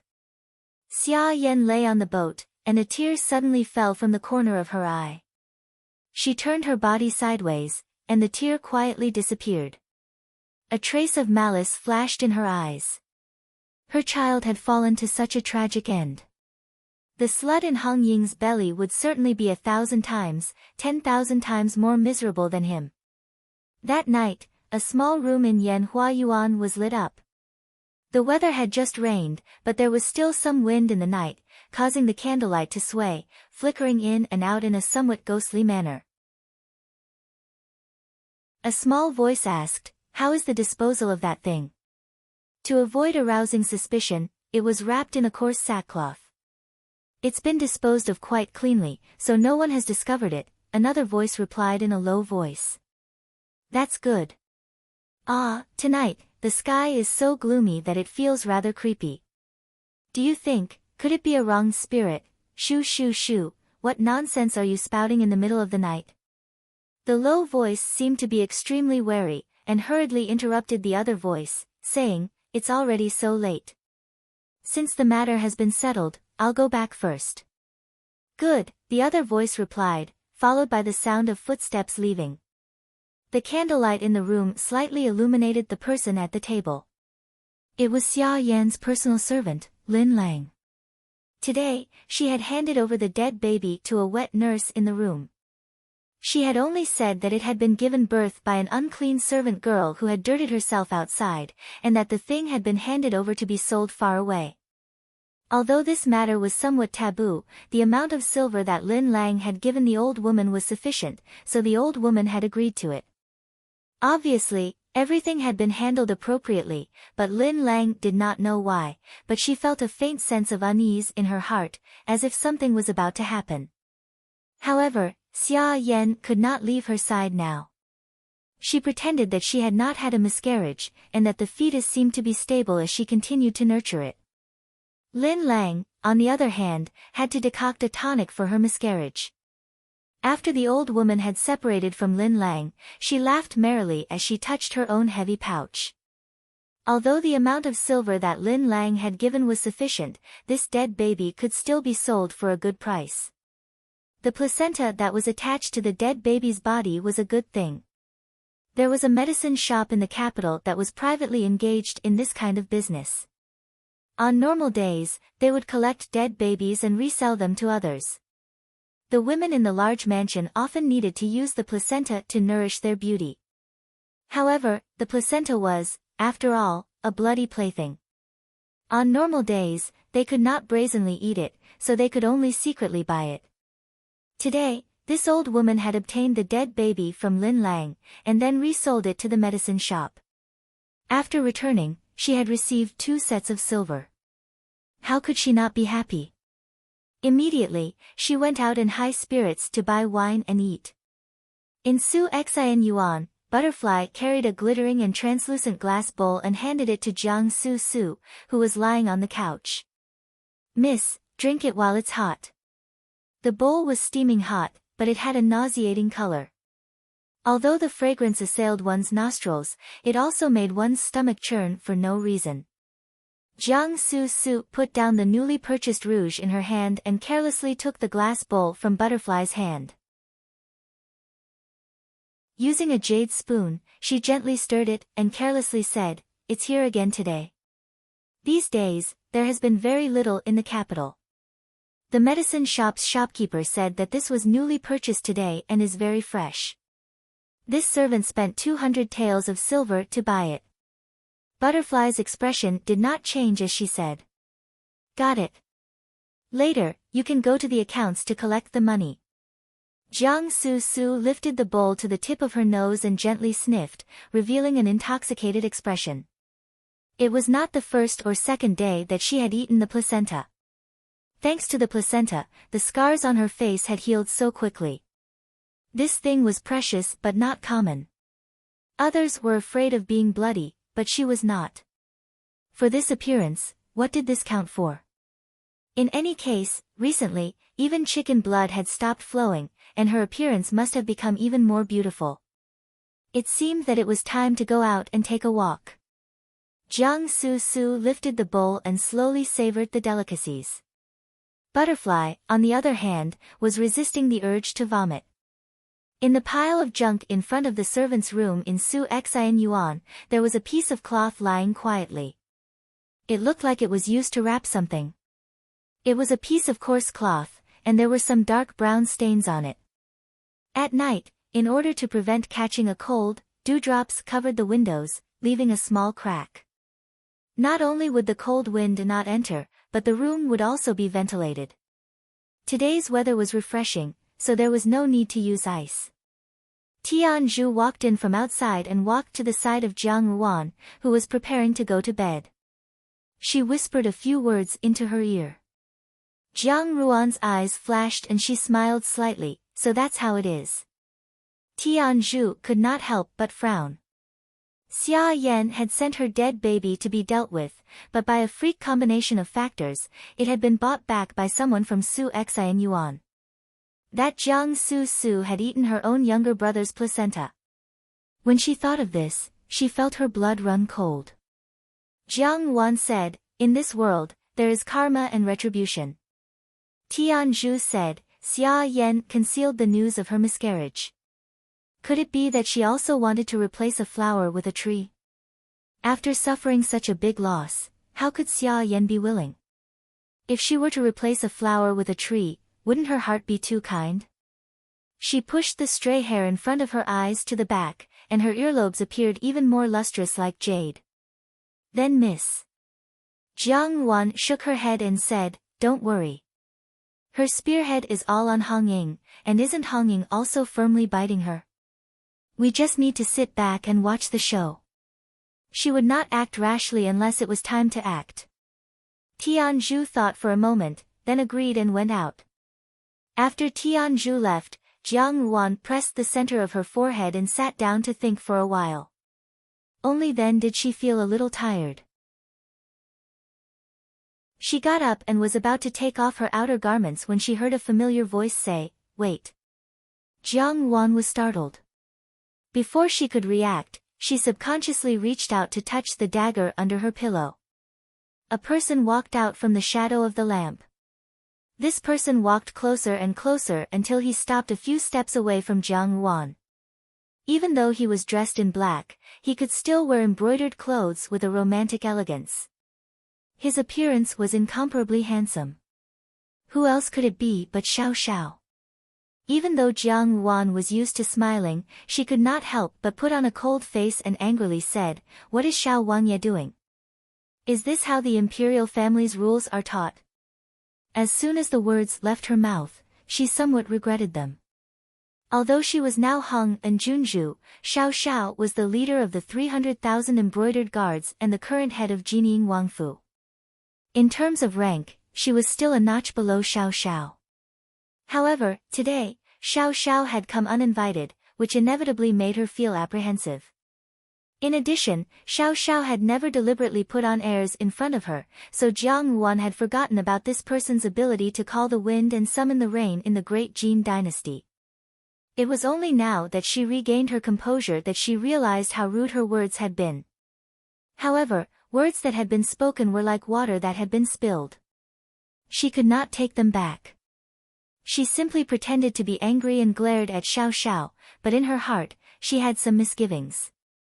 Xiao Xiao was used to seeing Jiang Ruan's calm and unperturbed appearance.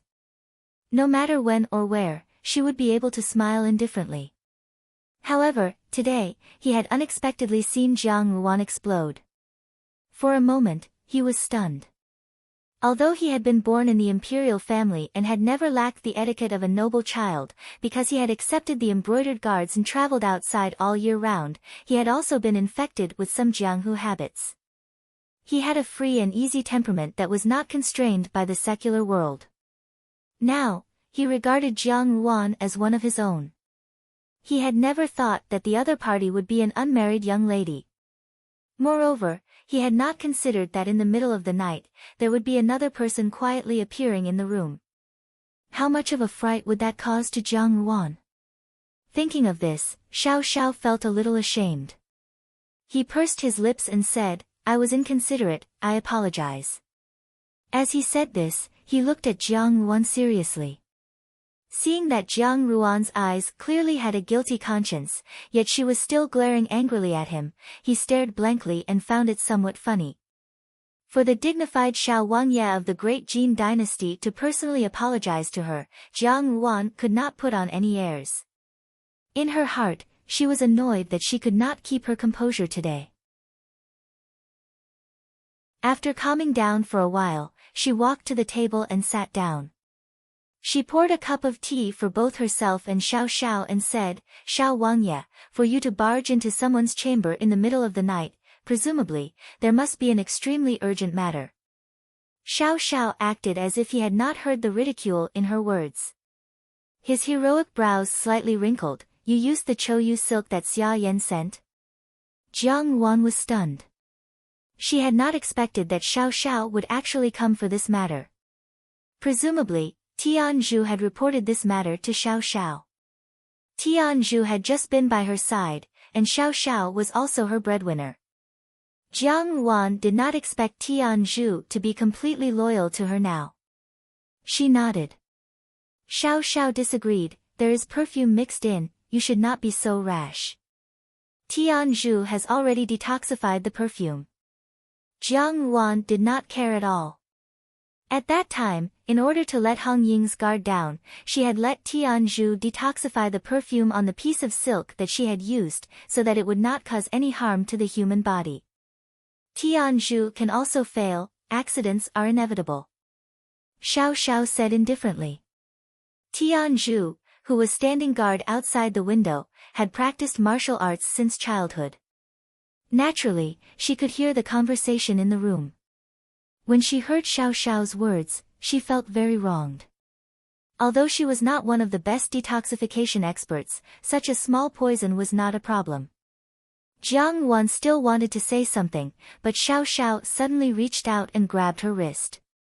He was a man, so his strength was naturally incomparable to Jiang Ruan's. Xiao Xiao concentrated on taking her pulse. Although Jiang Wan felt a little strange, she did not struggle. Her gaze fell on the hand that was holding her wrist. Unlike Jiang Xianji's dark and sturdy large hands, which were trained to fight and kill on the battlefield, Xiao Xiao's hands were slender, with well-proportioned joints. There was a thin layer of calluses on his fingertips, probably from practicing martial arts. It was somewhat cold, but his palm was somewhat dry and warm. After Xiao Xiao finished taking her pulse, he withdrew his hand. For a moment, there was a strange look in his eyes. Jiang Wan had always been observant, so from Xiao Xiao's expression, she saw something and asked, "Is there any perfume left?" To tell the truth, she was not very worried about the matter of the perfume. In any case, she could not have children. In this life, she had never even thought of marrying. No. Xiao Xiao thought about it, shook his head, and looked at her. "Your body is too weak." Jiang Wan smiled and did not speak. Weak? In her previous life, when she had returned to the Jiangfu from the rural residence, her body had been weak. She was so thin and bony that it was almost impossible to tell that she was human.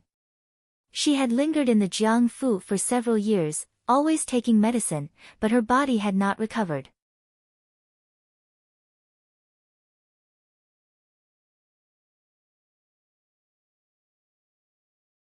Chapter 110. Rongye had never expected that Jiang Wan would make a fuss about this. To be more precise, she did not expect that Jiang Wan would actually dare to speak to her like this. Putting on airs of a Junju in front of her, but what Jiang Wan said was absolutely right. Rongye had always wanted to maintain the appearance of a noble lady, and Jiang Wan was in the right, so she opened her mouth with difficulty. "Junju," Chao Jin also chimed in, "What are you afraid of? One Junju left, and now another is coming. Are you still afraid that no one will eat your snacks?" Old man was what Guan Lianghan called their master, Master Ba Qi.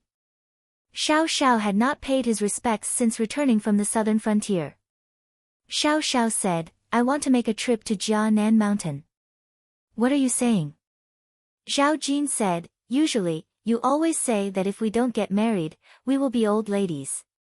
Are you feeling shy?" Zhao Jin frowned, and Wen Fei Fei was also somewhat displeased.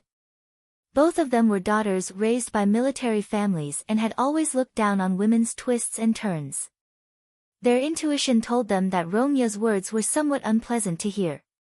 Lin Zixiang was even more straightforward, so she immediately showed her displeasure on her face and replied stiffly, "Er's invitation to Rwan Mimi says that it is not the time yet.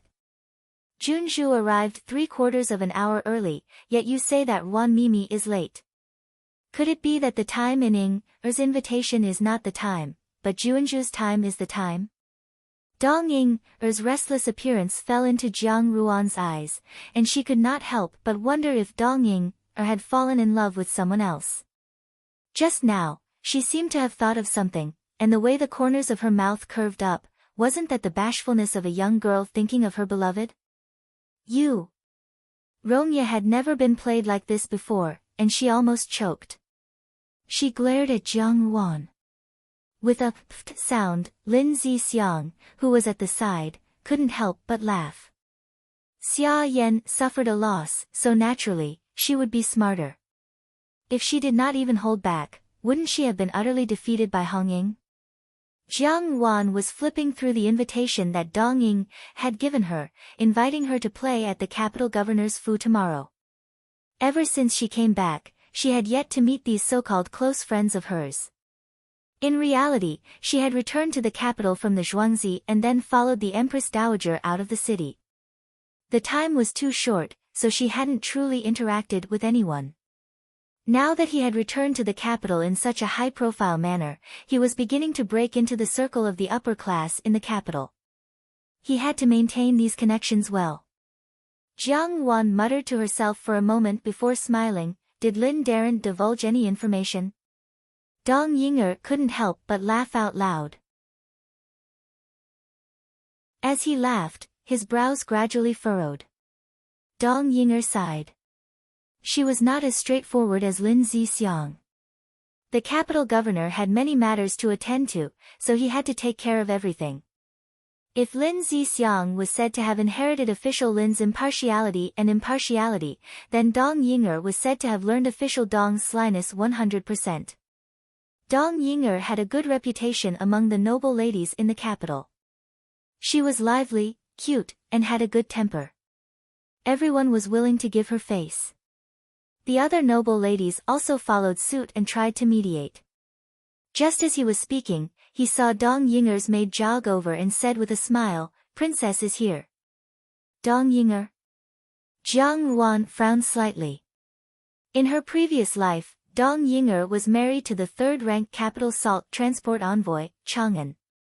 The marriage between the two had been set since they were young. It should have been a pair of beautiful mandarin ducks that matched each other's social status. Later on, they lived extremely comfortably and contentedly. At the palace banquet in her previous life, Jiang Wan had seen them from afar. At that time, Dong Yinger and Chang'an looked like a loving couple, which made her very envious. Although Jiang Wan had always been partial to Hong Ying and appeared to be warm on the surface, the few maids could tell from the Choyu silk incident that Jiang Wan did not regard Hong Ying as one of their own. Now, Xiao Xiao answered.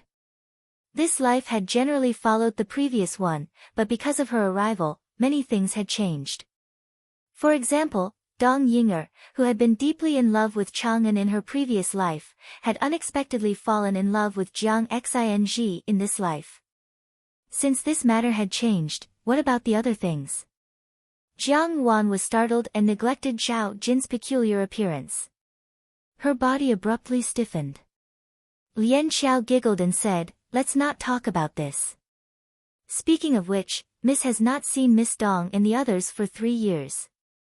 This servant has heard from outsiders that Miss Dong has reached the marriageable age. At the latest, she will marry into the Chang family at the end of the year." Xiao Xiao handed the letter to Jin Er, who hurriedly left. When Guan Lianghan saw this, he stared blankly. "It's not the end of the year yet, why are you writing a letter to this old man?" Princess Rongya was the apple of Prince Yong's eye. Prince Yong was the cousin of the late emperor, and the two had a very good relationship. When the 4 princes rebelled, Prince Yong had also lent a helping hand to the current emperor. As a result, his position in the great Jin dynasty was very high. Princess Rongya had seen Jiang Wan once on the Ling Long boat 3 years ago. However, she had been proud and arrogant since she was a child, and considered herself a true noble lady of a prestigious family. Jiang Wan, a daughter who had been raised in a rural residence and had fallen out of favor, simply could not enter her eyes. Who would have thought that with a shake of her body, Jiang Wan would unexpectedly become a princess of the dynasty who was on par with her?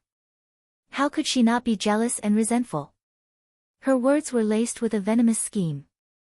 However, whatever Xiao Xiao did, in the end, had nothing to do with her. In comparison, the demons and monsters in the Fu were more of a concern. For example, a few days ago, Hong Ying had pestered Jiang Quan to invite a physician to take a look at the health of the pregnant women in the Fu. The main wife, Xia Yan, was on the verge of giving birth, and her mood was somewhat fickle.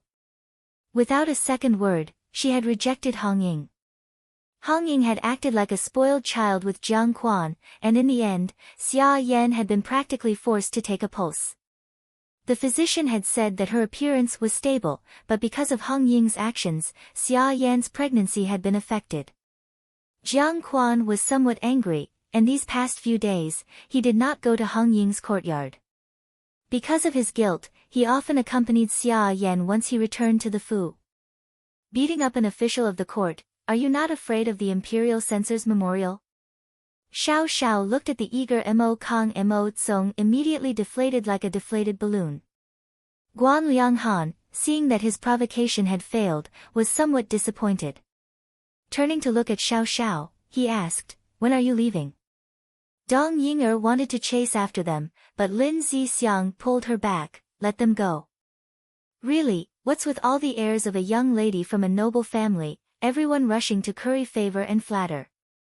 It's really annoying to watch. You too, without rhyme or reason, why did you invite her over? Dong Ying'er had originally wanted to find a reason to smooth things over, but she did not know what to say and could only look at her in puzzlement. Lin Zixiang still wanted to say something, but Dong Ying'er hurried over to smooth things over. Hey, both of you should speak less. Today, I was the one who invited you. If there is a dispute, it will be my fault. Today, she had invited quite a number of noble young ladies. Originally, it was to relieve her gloomy mood, but she did not want to stir up trouble because of this matter. Could it be? She looked at Dong Ying'er, as if to reflect what she was thinking. Dong Ying'er looked at her, her bright eyes unable to conceal the anticipation in them. That gaze was all too familiar. In her previous life, she had seen this kind of gaze countless times in the copper mirror. It was a gaze of longing for one's beloved. Recently, that grand tutor, Lu Min, has gained the emperor's trust. The last time I submitted a memorial, Lu Min unexpectedly found fault with me. Usually, it's fine, but this fellow is a stinky and hard rock. Everything he does must be absolutely fair, not even a grain of sand can be tolerated. This young master is so angry. Jiang Wan lightly glanced at her. She could somewhat guess what Rongya was thinking, so she smiled slightly and said, "You're wrong."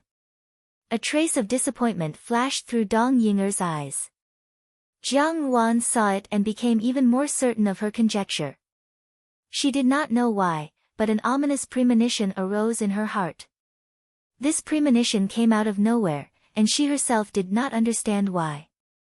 Lin Zixiang frowned. If Ying'er marries, it will soon be my turn. Recently, father has been asking me about this matter.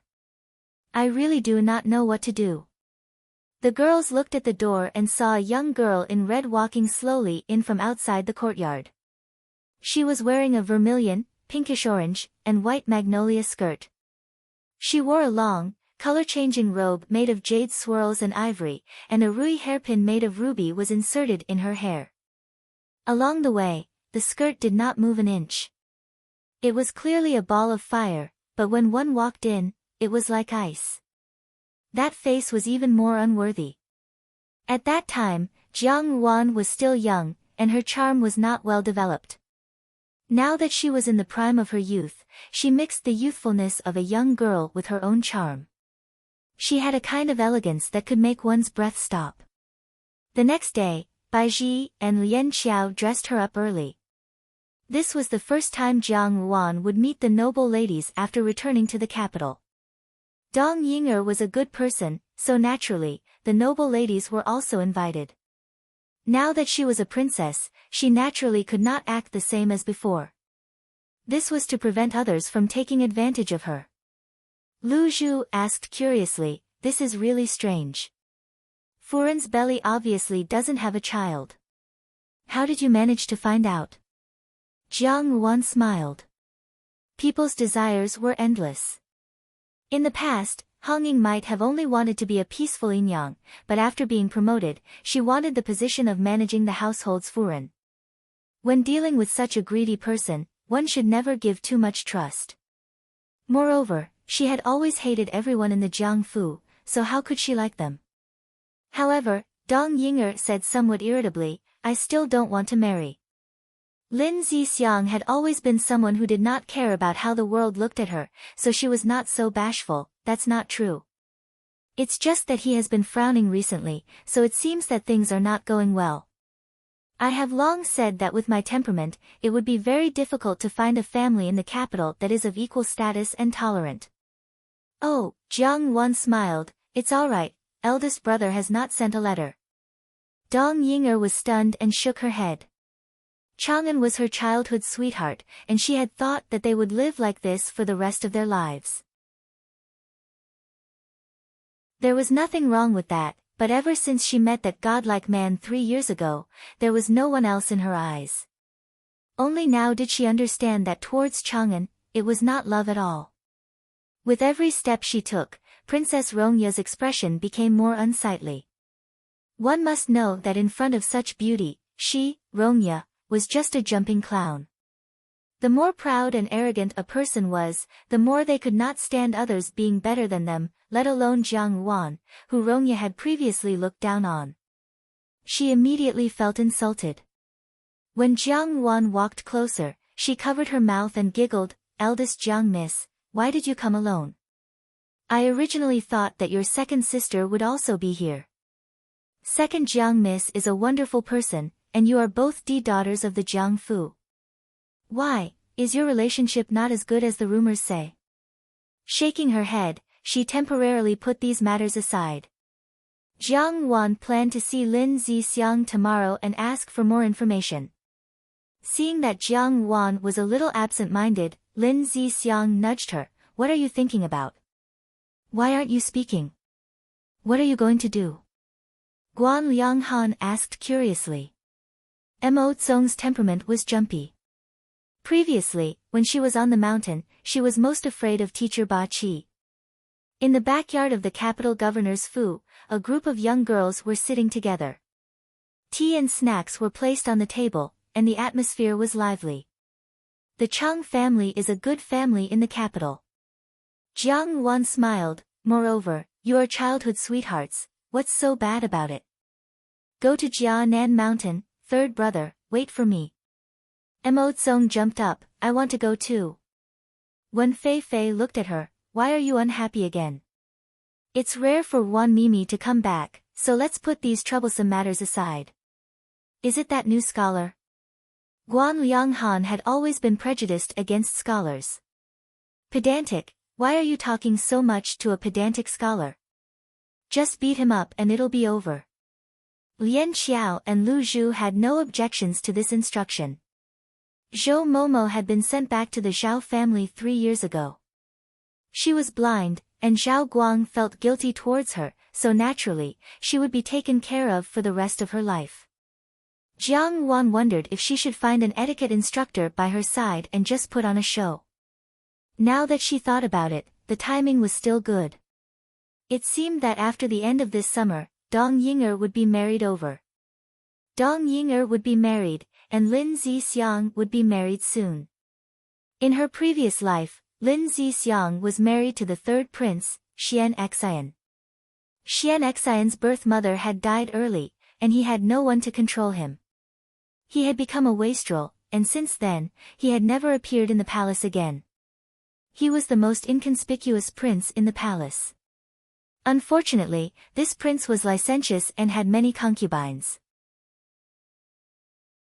In her previous life, Imperial Consort Chen personally arranged the marriage between Lin Zixiang and Xian Xian. In the end, Lin Zixiang ended up dying together with Xian Xian's favored concubine, and the Lin family declined. Jiang Wan frowned. Now that she thought about it, there were still some days until Imperial Consort Chen arranged the marriage. She should think of a way to avoid it, or should she beg Empress Dowager Ida? Princess Rongya's face turned red from Lin Zixiang's words, and she was naturally furious. If it was someone else, she could still say a few words, but it was Lin Zixiang, who was unmoved by force or persuasion. If she continued to argue with her, she would lose face as a dignified princess. Although Rongya was clenching her teeth in hatred, on the surface, she only pretended that she did not want to talk to Lin Zixiang. "I can't be bothered to argue with you." Princess Rongya smiled, "Then why hasn't eldest Jiang Miss come yet? Could it be that now that she has become a princess, she has become arrogant, and is deliberately trying to show off her power? What else can it be? Isn't it just that marriage with the Chang family?" Lin Zixiang replied. Jiang Wan warmly said, "No need to be so polite. Since today is just a gathering of ordinary sisters, there is no need to care about so many rules and etiquettes. As usual, you can just call me by my name. Dong Yinger's sweetheart was actually Jiang Xing. Rongya felt that she had been insulted, and could no longer stay in this place. She immediately stood up and shouted, "Today, all of you have specially come to bully me, right? I will leave now." After saying this, she angrily flicked her sleeves and left. As soon as Rongya left, the few noble ladies who were on good terms with Rongya also took their leave. Not long after, there were only a few of them left. Dong Yinger seemed to have thought of something, and suddenly raised her head to look at Jiang Ruan. Pretending to be unintentional, she asked, "Wan Mimi, speaking of which, your eldest brother has consecutively won battles. Did he write to you this year to say when he will return?" Jiang Ruan frowned slightly. "What?" Rongya stared blankly, not knowing what Jiang Ruan meant. Mo Tsong was a genuine young master of an aristocratic family.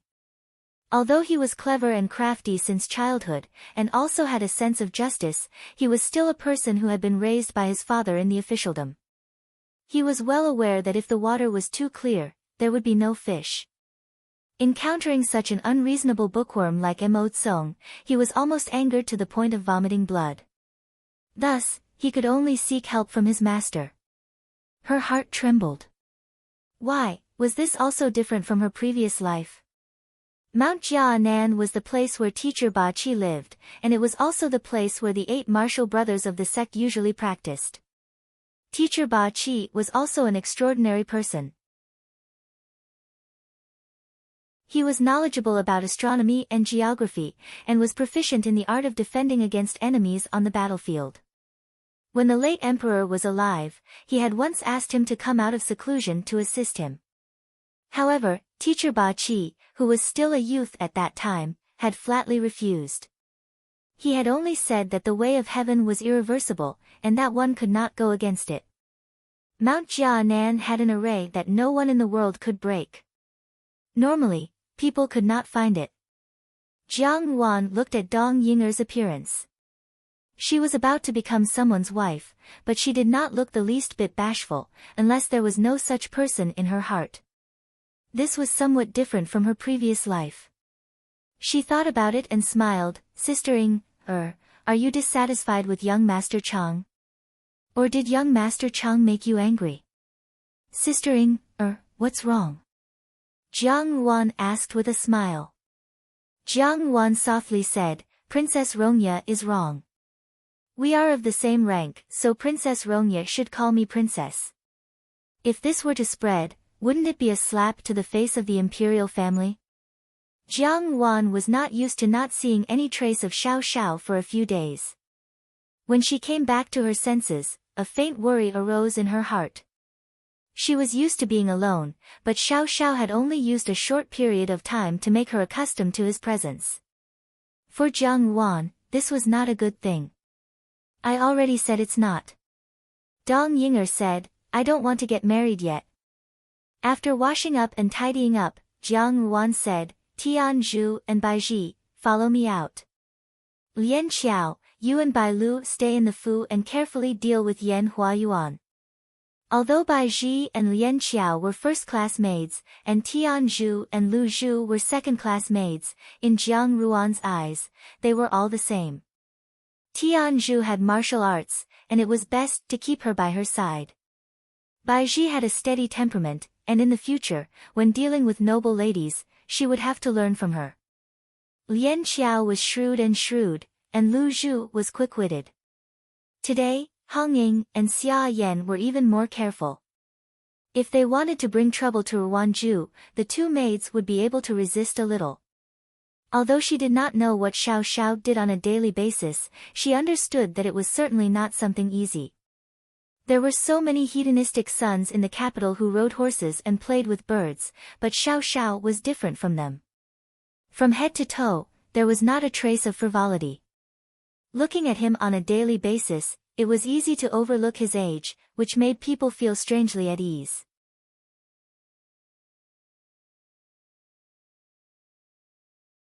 Chapter 111. Immediately after, Xia Yan's body abruptly retreated, as if Jiang Wan had ruthlessly pushed her. Coincidentally, she was facing the steps of the pavilion. With a loud crash, Xia Yan fell heavily at the bottom of the steps. Xiao Xiao thought for a moment, no. Jiang Wan. A voice full of anger and fright came from the opposite side. Jiang Wan looked up and saw Jiang Quan, Xia Cheng and Xianli standing opposite the pavilion. Jiang Quan's gaze was sinister and angry, as if he wanted to eat her up. Xiao Xiao passed through the plum blossom array at the foot of the mountain and walked towards Lu Yang Manor at the top. Jiang Wan looked at her with a smile that was not a smile, and Xia Yan felt a little flustered when she saw that pair of smiling eyes. She suddenly widened her eyes and shouted, "Wan, what are you doing?" On the other side, a young girl suddenly said, "Why is Jiang Wan not here yet? Is this how the Jiang family treats their guests?" This young girl was dressed in a light purple crepe gown with cloud patterns and a misty cloud butterfly skirt. She was born with a beautiful countenance like a flower and the moon, but her words were somewhat irritable. She was the daughter of the first branch of the Xia family, Shenrou's biological daughter, Xia Jiaojiao. Xia Yan sent people to pursue and kill, but was rescued by this subordinate. Now she is locked up in a warehouse in the servants' courtyard. Does Miss want to use it? This grey-robed old man was Mr. Ba Qi. He was now 70 years old and had a sage-like appearance, but his eyes were shrewd and far-sighted. Without raising his head, he concentrated on studying the chess game in front of him and said, "Back from the southern frontier?" Xia Cheng had not come to the Jiangfu since the incident at the ancestral hall. Xia Jun's matter was a thorn in the Xia family's heart. Jiang Wan had been away from the capital for 3 years. Hearing Lu Zhu say this, it seemed that the Xia family's grandmothers had also come. Xia Jiaojiao and Xia Jun hated Jiang Wan like a thorn in their side, and now that she had stepped into the Jiangfu again, it seemed that the relationship between the Xia and Jiang families had eased in the past 3 years. On the other side, Xia Yan was talking to the Xia family's eldest grandmother, Shenrou. Shenrou looked at Xia Yan's belly and said with a smile, "Granddaughter's belly is getting more and more pregnant. When I was pregnant with Jiaojiao, it wasn't this big. Maybe it's twins." Xia Jiaojiao bit her lower lip tightly as she stared fixedly at Jiang Wan. Jiang Wan was dressed in a simple robe embroidered with moonlight. Her skin was whiter than snow, her lips were red, her teeth were white, and her eyes were shockingly charming. Xia Jiaojiao originally had 7 points of good looks, but under Jiang Ruan's comparison, she was left with less than 10%. Xia Jiaojiao was extremely angry, but what made her even angrier was the ridicule in Jiang Ruan's words. Wasn't that right? Firstly, they hadn't sent an invitation, and secondly, they had never said that they wanted Jiang Ruan to accompany them. Now, they were blaming her for arriving late. No matter how they looked at it, it was unreasonable. The sound of cicadas chirping in the afternoon of summer was so loud that it was difficult to rest well. A few third-rank servant girls climbed up to the trees in the courtyard to cling to the cicadas. Jiang Wan had just finished a night of iced fruit juice when she heard Lu Zhu come over and say, "Miss, Marquis Xia and the 8th prince have come to the Fu. Master wants you to go over and accompany the womenfolk to chat." When Xiao Xiao left the capital 3 years ago, Mr. Hakone was still in seclusion, so he did not bid farewell to him. Speaking of which, the master and disciple had not seen each other for 3 years. "Wan, you're finally here. Jiao Jiao has been wanting to see you for a long time." Xia Yan smiled and changed the topic. She was still a little apprehensive in her heart. Originally, she had thought that it would take a lot of effort to invite Jiang Wan out. She had even thought of a few reasons, but she had never expected that none of them would be useful. Jiang Wan had readily agreed to come. However, this was just as well, as it would be convenient for her next move. Xia Yan could not maintain her composure, and Xia Jiaojiao's lungs were bursting with anger. However, she remembered her grandfather's instructions before leaving, and she forcefully endured it. Mr. Hakone picked up a white chess piece, and Xiao Xiao held a black one. Both of them placed their pieces at the same time. The sound was melodious like a great bell, close to the ear, but if one listened carefully, it seemed to come from a distant place, indistinct and indistinct. Xiao Xiao walked towards the courtyard. Under the pear tree, he saw a white-bearded old man dressed in a grey robe sitting in front of a chess table, holding a box of chess pieces in his hand. Xian Li's smile was gentle and elegant, and his words were modest and full of ambition. The more Xia Cheng and Jiang Quan looked at him, the more they felt that their choice was correct. Xian Li had the talent to govern the world, and was the ruler of the world. Mr. Hakone replied, "Your blood is not cold enough." Shenrou still had a good plan in mind, and looked at Jiang Ruan with a somewhat peculiar fanaticism. Tian Zhu frowned. Jiang Ruan smiled slightly, "This must be De Furenxia." Ah! A blood-curdling scream rang out, and the lower part of Xia Yan's body was immediately dyed red, and her clothes were soaked with blood. Mr. Hakone put down the chess box in his hand, and finally raised his head.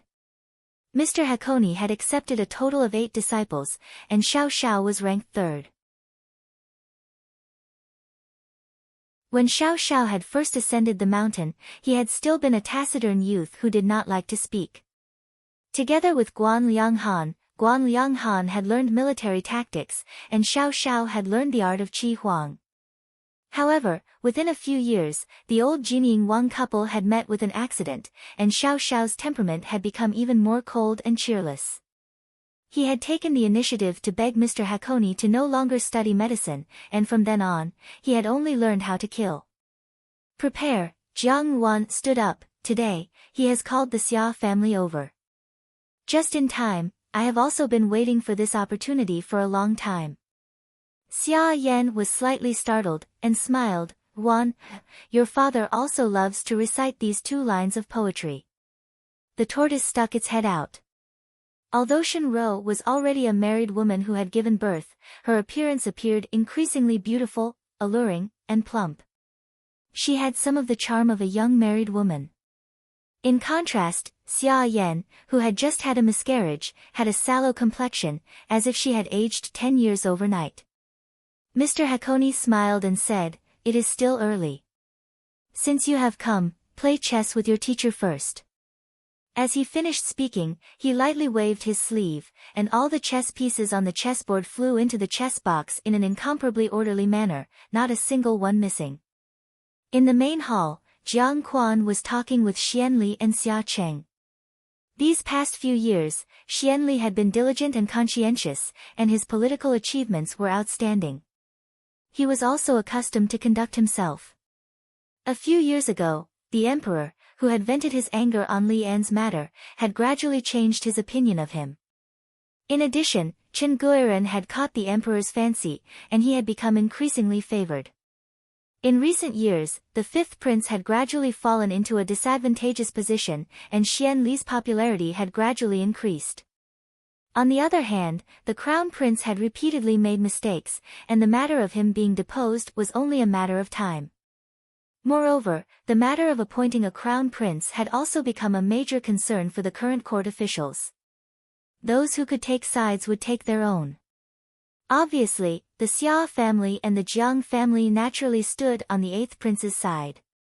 Xia Jiaojiao's mouth twitched, and she was very indifferent to Xia Yan's words. Shenrou was also carefully sizing up Jiang Ruan. When Jiang Ruan had first come to the Xia Fu, she had only thought that Jiang Ruan was an orphan girl who could be easily bullied. However, it was precisely this seemingly easy young girl who had unexpectedly caused Xia Jun to suffer a loss. Now, with a shake of her body, she had become the current Junzhu of the dynasty. In these past 3 years, she had heard that she had gained the Empress Dowager's favor. Presumably, she had also been rewarded with a lot of money. Shenrou calculated in her heart. Xia Cheng had intentionally mentioned Jiang Yuan to Xia Jun. Firstly, Xia Jun had been brooding over the previous matter, and these past few years, he had vowed to marry Jiang Yuan and torment her. Secondly, the power behind Jiang Yuan would be a great help to whoever married her. Moreover, there was also the possibility of a large sum of money. Xiao Xiao was the most sentimental person, and Mr. Hakone could see that. Although Xiao Xiao was usually ice cold, most of the time, he would take care of his fellow apprentices. A righteous person must not be an assassin. Xiao Xiao was not an excellent assassin. Mr. Hakone sighed, she has already appeared. This answer caused Shinro's face to turn red, then white, then white, then red. At that time, when Jiang Yuan had been in the ancestral hall, everyone had clearly seen it. Now that the old matter was brought up again, it was a slap to the Xia family's face. Mr. Hakone looked at Xiao Xiao for a while, then suddenly asked, Xiao, in these past few years, have you met anyone special? Jiang Yuan sneered silently in her heart. This place was the place where Jiang Quan and Xia Yan were deeply in love, but it had also been the place where Zhao Mei had grieved. When Jiang Xing was young, he had once suffered from smallpox. For several days and nights, Zhao Mei had been guarding Jiang Xing without any clothes on. When Jiang Xing had woken up, he had asked where his father was. Zhao Mei's heart had been grieved, and when she had found Jiang Quan, he had been drinking and merrily with Xia Yan. At that time, she had still been a child who did not understand anything. She had only seen Jiang Quan and Xia Yan laughing happily, and felt that her mother's tears had been an eyesore. Jiang Yuan looked at the pavilion, smiled slightly, and said, the lotus-leaf silk skirt is cut in one color, and the hibiscus flowers are parted on both sides of the face. I understand, Xiao Xiao replied. The order of the emperor was superfluous to him, and he had never looked at that position. Even after Mr. Hakone had finished speaking, his expression did not change in the slightest. Xia Jiaojiao timely interrupted, of course, Gu Gu was previously the most talented woman in the capital. Naturally, ordinary women from the mountains cannot compare. Xia Jiaojiao had always thought that Jiang Yuan had grown up in a rural residence. As a child, she had been raised by Zhao Mei's side, who did not understand poetry, so naturally, she did not understand literature. Jiang Yuan only pretended not to hear, and continued to smile. Seeing this, Xia Jiaojiao became more and more annoyed. Mr. Hakone's expression became slightly restrained, her life entangled with yours, the rise and fall of fate, has its own cause and effect. Because of her appearance, in this life, you will be free from the fate of loneliness. Then, your fate will be that of a prince, a general, and a minister, and a star will fall. For her, you will sacrifice the emperor's life. When Zhao Mei brought the young Jiang Yuan to Yanhua Yuan, they heard the proud Jiang Quan recite these words to the gentle and graceful Xia Yan. The tenderness and affection in his eyes were something that the mother and daughter had never seen before. The plum blossom formation was a formation that Mr. Hakone had personally set up. It had a total of 8 rings, extending from the foot of the mountain to the peak. Apart from the disciples of the sect, no one else could break the formation. Xiao Xiao had come here many times, so he was familiar with the route. As soon as they entered the main gate of Luyang Manor, the large green parrot that was kept at the entrance began to flap its wings and loudly call out, "Someone's coming! Someone's coming!" If these words were to spread, their heads would definitely fall. However, Luyang Manor was completely empty. Mr. Hakone spoke leisurely, but Xiao Xiao listened calmly. Jiang Yuan tilted her head and stared at her. Suddenly, she smiled and said, "Mother, what are you saying? Don't tell me that the etiquette instructor at the Empress Dowager's side is not a mama." Xia Yan stared blankly. She had not thought of this and was momentarily at a loss for words. However, since she had started, she had to continue. She grabbed Jiang Ruan's hand and gently advised, "Mother knows that you are a good person and also a smart one. However, the etiquette instructors in the palace teach you the rules of the palace. In the future, you will also be married, so naturally, you must learn the rules of being a wife. Shenrou looked Xia Yan up and down. Her heart was also very suspicious. Xia Yan should be doing well in the Jiangfu, so why did she look so haggard? Where was the elegant and indifferent appearance of a talented woman from before? When she thought about the rumors that Jiang Quan was partial to the yin-yang from the brothel, she understood. Presumably, she did not have the ability to bind her man's heart. Shenrou had never been able to stand Xia Yan's virtuous and magnanimous appearance. Now that she saw it, she said a few words of comfort on the surface, but in her heart, she was rejoicing in her misfortune. Jiang Wan caressed the bracelet on her wrist, and the corners of her lips curled up in a mysterious smile. Jiang Wan said warmly, "It's nothing. First Madame Xia and I had the fortune of meeting once before. Presumably, I was too excited just now and forgot about this matter. There's no harm in it." However, Shenrou had always been at odds with the Xia family's second daughter-in-law, and the relationship between the two sisters-in-law was extremely poor. Naturally, she did not want Xia Jun to live well. Shenrou pondered. Rather than letting Xia Jun benefit, why not let her own brother benefit? Shenrou's paternal family also had a nephew who was currently of a suitable age to marry Jiang Wan. If they succeeded, it could be considered as keeping the goodies within the family. Xiao Xiao was silent. Teacher Ba Qi's words were too vague, and he could not comprehend anything from them. He thought for a while before saying, "What does this have to do with me?" Xia Yan's expression stiffened, and she laughed bitterly in her heart. Twins? Her child had already died long ago, so how could there be twins? Whenever she thought about the miscarriage that night, Xia Yan wished that she could tear Hong Ying and Jiang Wan to shreds. Although she did not know how the 2 bolts of Chouyu silk had been exchanged, she was certain that it had been done by these 2 people. Xia Yan's gaze flickered slightly. Let them laugh, let them laugh. Later, they would not be able to cry even if they wanted to. Xiao Xiao's talent was extremely good, and he was originally made to practice martial arts.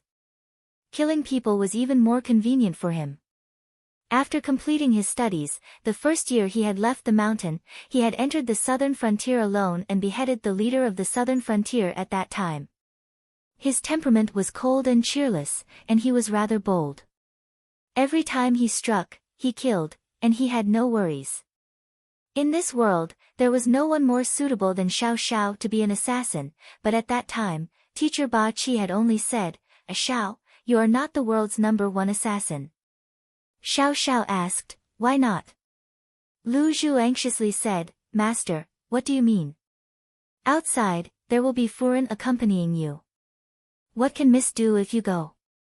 Is there anyone in the Xia family who is easy to get along with?" Xiao Xiao frowned slightly. In his life, there was no such thing as special. In these 3 years, he had met countless people, so naturally, he did not know what Teacher Ba Qi had meant. Jiang Wan looked out of the window. It was a hot day, and there were no clouds in the sky. If she went out at this time, she would really not be afraid of getting burned. However, she smiled and said, "All right, it just so happens that I also want to go for a walk in the garden." Teacher Ba Qi stroked the long white beard on his chin and said, "Before I went into seclusion 3 years ago, I did a divination for you. The person who changed your fate should have appeared long ago." "Not yet," Xiao Xiao said, "Master's antidote is still with me." As Xiao Xiao said this, his heart slightly floated with gratitude towards Teacher Ba Qi. At that time, he had wholeheartedly focused on learning the way of killing and had originally wanted to abandon his original skill of Qi Huang. However, Teacher Ba Qi had personally rejected him and taught him not to delay. Since ancient times, there had never been an assassin who studied medicine. It was unheard of to kill and save people at the same time. Now, it seemed that his missions were dangerous, and what he did on a daily basis was licking blood from the edge of a knife. With the addition of medical skills, these past few years had provided him with a lot of convenience. Master warned you to seize the initiative. Teacher Ba Qi's voice came from afar. Xiao Xiao frowned slightly. However, Teacher Ba Qi would never explain the divination too clearly. As the saying goes, the secrets of heaven must not be revealed. Revealing too many secrets of heaven would inevitably lead to retribution. Different from the scenery on Mount Jianan, Luyang Manor was full of birdsong and the fragrance of flowers. Hundreds of flowers bloomed, just like the beginning of spring. Xiao Xiao walked towards the manor. The huge manor was exquisitely renovated, but there was no one in sight. After a moment, a low voice came from the courtyard, "Ah Xiao." Jiang Wan shook her head, "It's nothing." Tianzhu, how is the doctor from a few days ago? Shenrou's eyes turned and she said with a smile, "If I had to say, Grandaunt really knows how to enjoy life. Such a good place is hard to find in our Fu." Shenrou and Xia Jiaojiao were guests, so naturally, they would not refuse. The three of them got up and walked towards Xia Yan's courtyard. In all fairness, although it was hot outside, Xia Yan did not dare to use ice because she was pregnant, so she could only do it in the courtyard. The courtyard was clean and tidy. Every half an hour, someone would sprinkle the cold water from the well on the flagstones. Coupled with the shade from the trees, it was cool and refreshing. Indeed, it was much more ventilated than inside the house. "Who is it?" Xiao Xiao asked. "Master, what do you want to say?" Xiao Xiao asked. "Think carefully," Teacher Ba Qi asked again. Xia Yan shook her head, "Perhaps it's too stuffy in the house, and my chest feels a little blocked." She smiled, "Jiao Jiao, de Sa, Wan, why don't we go to the garden for a stroll? The air outside is fresh." This person came for revenge, and also to repay a debt of gratitude. Life and death, life and death, life and death. She can clearly see all the things that happen in this world. Fate has changed because of her, and I don't know whether it's a blessing or a curse. "Teacher." Xiao Xiao walked towards him. "How dare you? You don't even salute when you see the princess." Tianzhu shouted with a cold face, giving Shenrou a fright. Xia Yan suddenly bent over, covered her mouth with a handkerchief, and retched twice. Lin Lang hurried over and gently patted Xia Yan's back, saying, "Is Furen not feeling well again?" Xia Yan suddenly became a little sad, speaking of which, it's been more than 10 years in a flash. When Jijie was still here, she also praised this pavilion for its beauty. "Ruan, you're already so old now, and in the blink of an eye, you'll reach the age of marriage. You grew up in the manor, and I'm afraid that no one has taught you manners. Mother is thinking of finding an etiquette instructor for you, okay?" Teacher Ba Qi said, "Fine, the divination shows that I have the fate of meeting her once. One day, I will also be able to see her once. At that time, this person's karma from her past life will naturally appear." He paused, as if he had something else to say, but in the end, he swallowed it. He only looked at Xiao Xiao and said, "The southern frontier's poison is fierce, have you fallen for it?" "Yes," Xiao Xiao replied.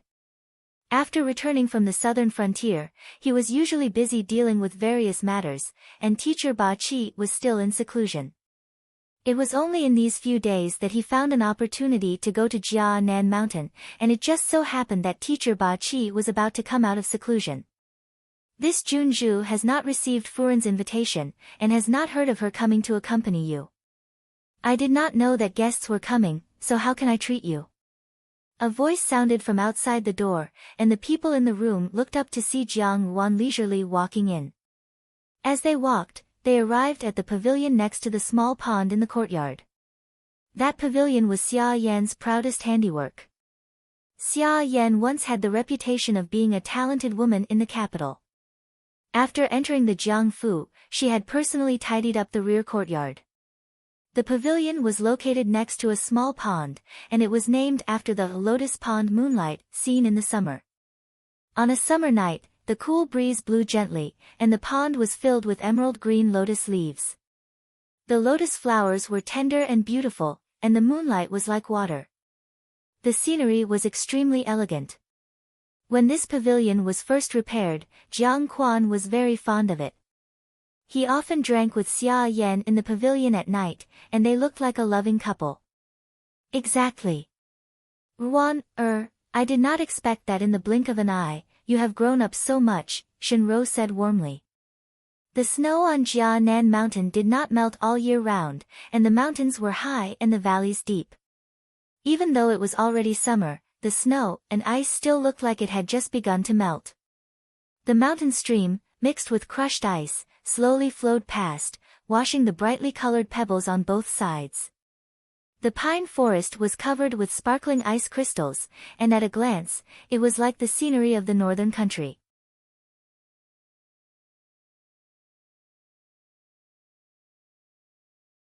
Chapter 112. Why are you still in a daze? Quickly go get a doctor.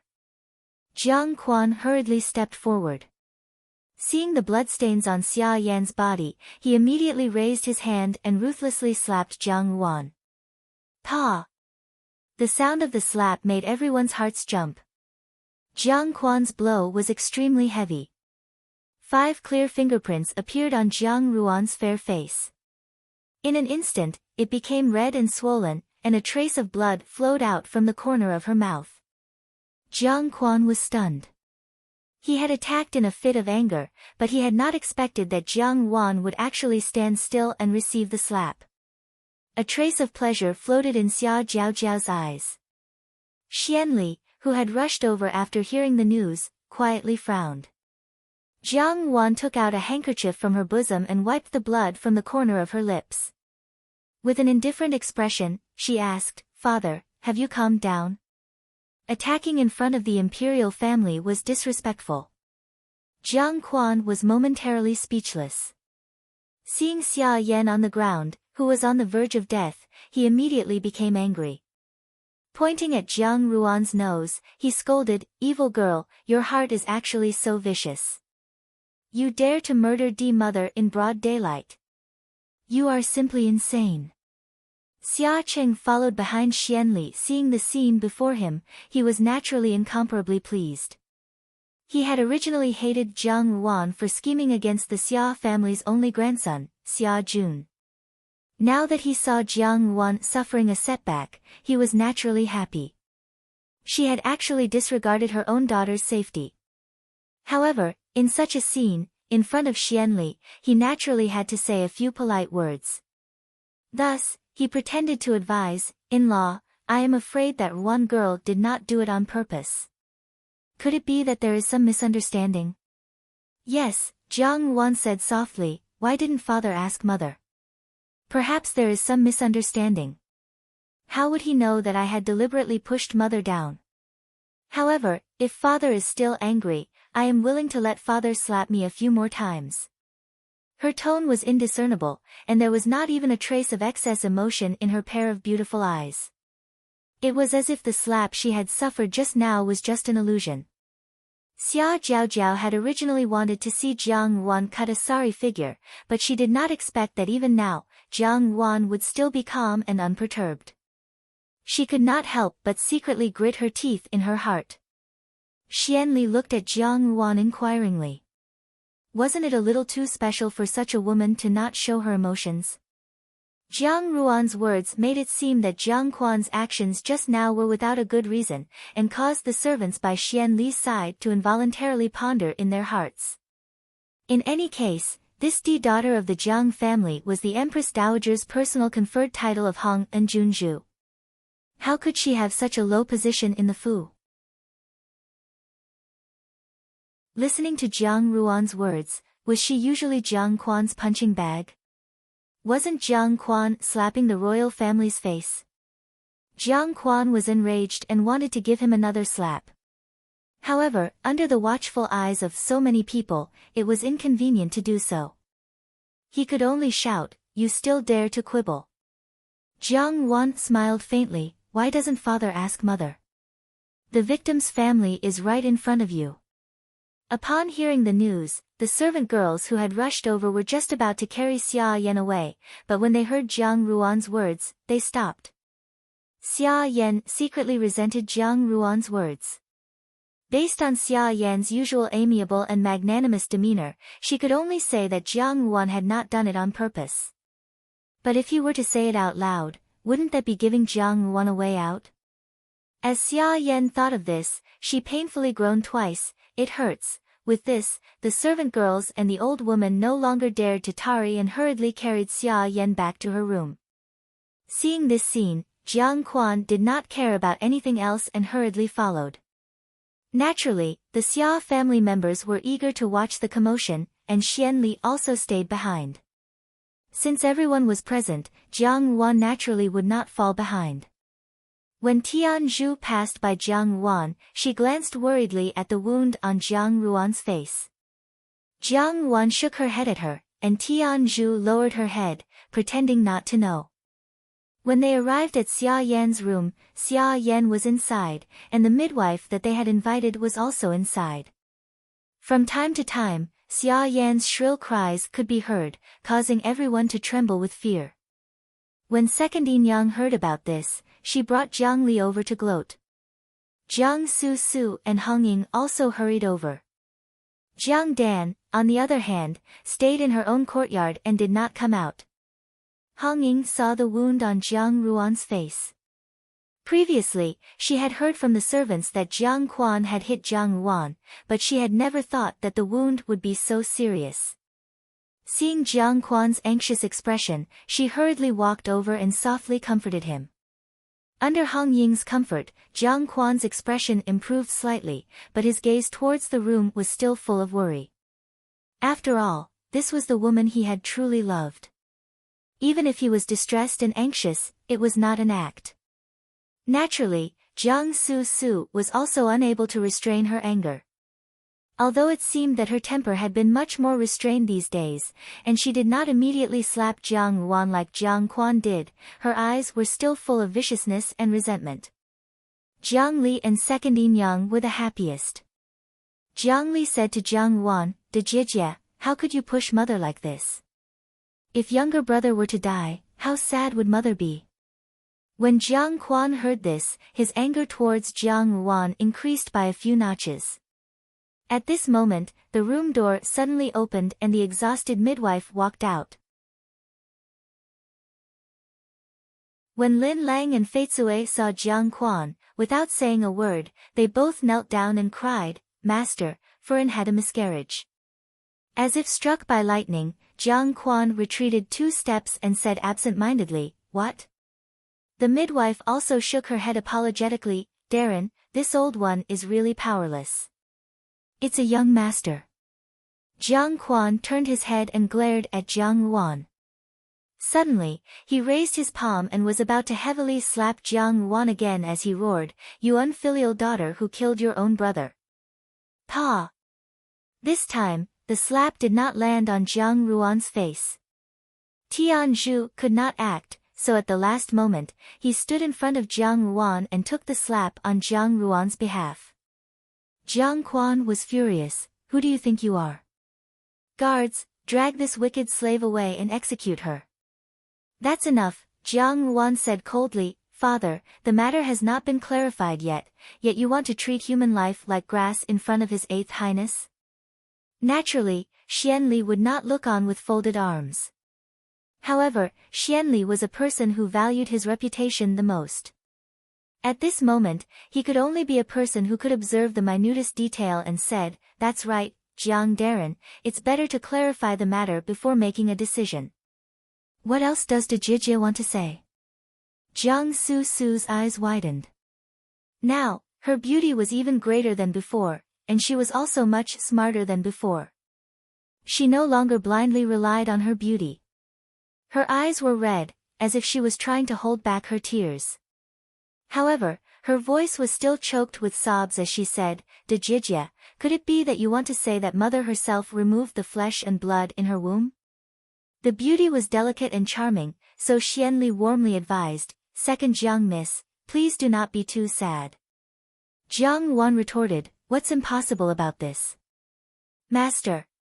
It was Xia Yan, supported by a servant girl, who slowly walked out.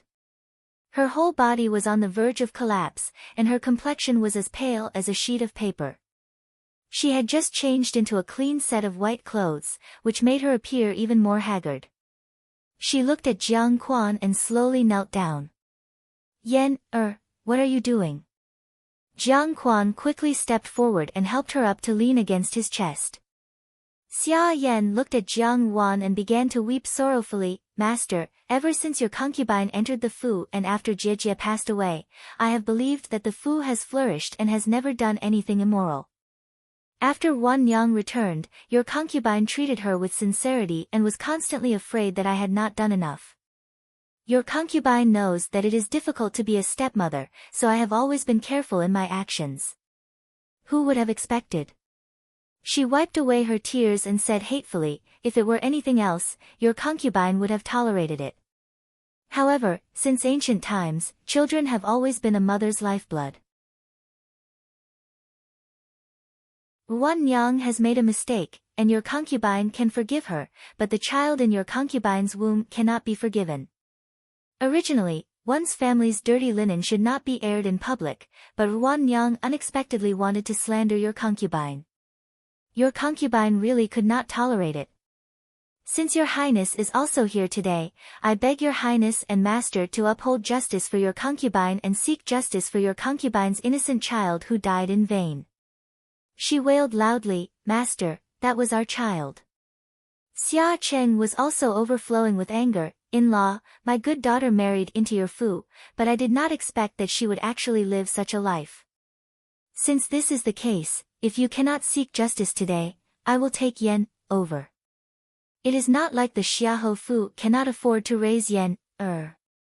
That's right, this great aunt is such a good person. Shinro also fanned the flames. The heavens have taken pity on her, unexpectedly losing her child.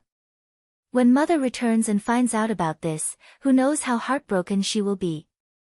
Our family's master even said that in a few days, he would be an uncle, but who knew? Sigh. Xia Jiaojiao also wished for the world to be in chaos and said, I did not expect that eldest Jiang Miss would be such a person. Are the Jiang Fu's rules dead? Everyone in our Xia Fu knows that women must be filial to their mothers. Even in the great Jin dynasty, there is no second person who would murder the D-mother. When Jiang Quan saw Xia Yan like this, his heart ached even more when he heard the Xia family's condemnation. He only wished that Zhao Mei had not strangled her to death when she had given birth to Jiang Wan, thus causing such a disaster to the Jiang family. When he thought of that unborn boy, Jiang Quan's heart ached even more. Jiang Su began to sob softly. Jiang Li still wanted to speak, but was pulled away by second Yin Yang, causing her to remain silent. Hong Ying had originally thought that Xia Yan would not miscarry because she had not used the Chouyu silk, but today, when she heard the news of Xia Yan's miscarriage, she was both happy and suspicious. She did not understand what was going on. Xianli looked at Jiang Wan, and Jiang Wan indifferently said, since mother keeps saying that she wants justice, then this Junzhu will seek justice for mother. Wan Yang, why do you want to harm me? Xia Yan said angrily. I harm mother. Jiang Wan smiled, could it be that mother took the medicine for her miscarriage, and then framed me? Am I crazy? Xia Yan said in astonishment, why would I harm my own child? What is the benefit of harming you and me? Naturally, there is a benefit. Jiang Wan smiled faintly, you lost a child whose gender is unknown, yet you can frame me. If mother instigates a few more words, father will certainly be furious. If news of this gets out, Wan Yang's life will be ruined, and if she is sent to the government, then she will have to pay with her life. Eldest brother is at the border, and when he receives news of Wan Yang, he will certainly be in a state of confusion. It would be best if an accident happened, for the Jiang Fu's large family business will fall into second brother's hands. If mother follows the clues and finds out what relationship Wan Yang and fifth Yin Yang have, and conveniently finds a few witnesses, I am afraid that fifth Yin Yang will not be able to escape this calamity. Jiang Wan smiled warmly, mother, this kind of transaction, no matter how you look at it, is it not worth it? Everyone stared at her, dumbfounded. Jiang Ruan's words could be said to be extremely naked, without even the slightest bit of concealment. There were many people in the world who could boldly speak the truth, but those who did not even leave behind a piece of cloth to cover up their embarrassment were few and far between. Xia Yan stared blankly for a moment, then, as if she had suffered a great humiliation, she pointed at Jiang Ruan and said, "You. I have never thought of it that way." She looked at Jiang Quan anxiously. "Laoi, this concubine has never thought of it that way." Jiang Quan said softly, "I naturally know that you are not such a person." He turned to Jiang Ruan, and a trace of anger and humiliation flashed across his face. "Evil girl, you actually have no sense of shame." "The young miss of the Jiang Fu is really bold," Xia Qing said. "I really cannot stand by and watch any longer today. Come, take down this poisonous girl who not only poisoned D Mother, but also slandered us. Who dares to make a move?" Jiang Ruan shouted loudly.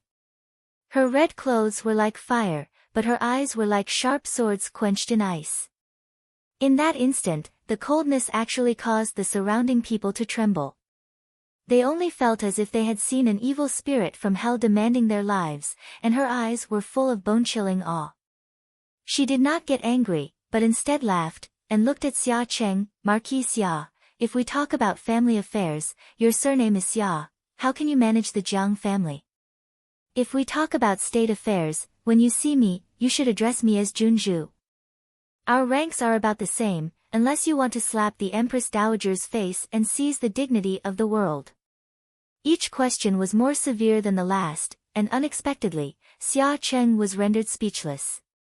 Jiang Wan lightly looked at Xianli and said, "Since Eighth Highness is here, he represents the dignity of the world. Is Eighth Highness willing to be a witness?" Xianli warmly replied, "Of course I would be happy to." Up to this point, he really could not see any possibility of Jiang Ruan turning defeat into victory. However, on the surface, he maintained his impartiality. Wasn't it also quite interesting to see a little ant struggling to survive in a sea of fire? "What do you want?" Jiang Quan asked sternly. "Father does not trust me this much, and I have nothing to say. I thought that mother had poisoned the flesh and blood in her womb to frame me. I will ask Eighth Highness to bring people to search the courtyard. As long as the medicine that causes miscarriage is found, then the truth will be placed in front of us." Xia Yan almost laughed out loud. Jiang Wan thought herself clever, but where would she have the medicine to cause miscarriage? Even if they searched Yan Hua Yuan cleanly, there would be nothing. She stared at Jiang Wan, not letting go of the slightest trace of Jiang Ruan's expression. "Then what if there isn't? Then I will admit all the crimes, and ask father to hand me over to the authorities." "Mother, is this good?" Jiang Ruan said. "Good." Xia Yan clenched her teeth. "It's a deal." Xia Qing frowned, instinctively feeling that something was wrong. But words that were spoken were like water that had been spilled.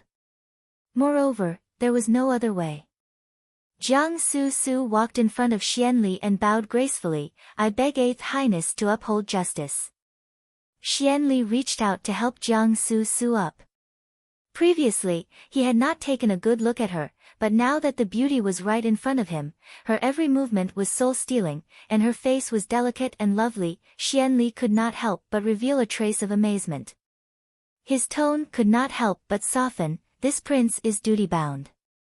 After saying this, he ordered the leader of the imperial bodyguards beside him, "Go and search carefully for me." Jiang Wan looked at the two people and felt somewhat nauseous in her heart. She said, "In order to show fairness, I will have to trouble you to bring my and mother's personal maidservants. Not only will you search mother's courtyard, but also the courtyards of everyone in the Fu. Is this good?" Xianli was stunned, and smiled, naturally.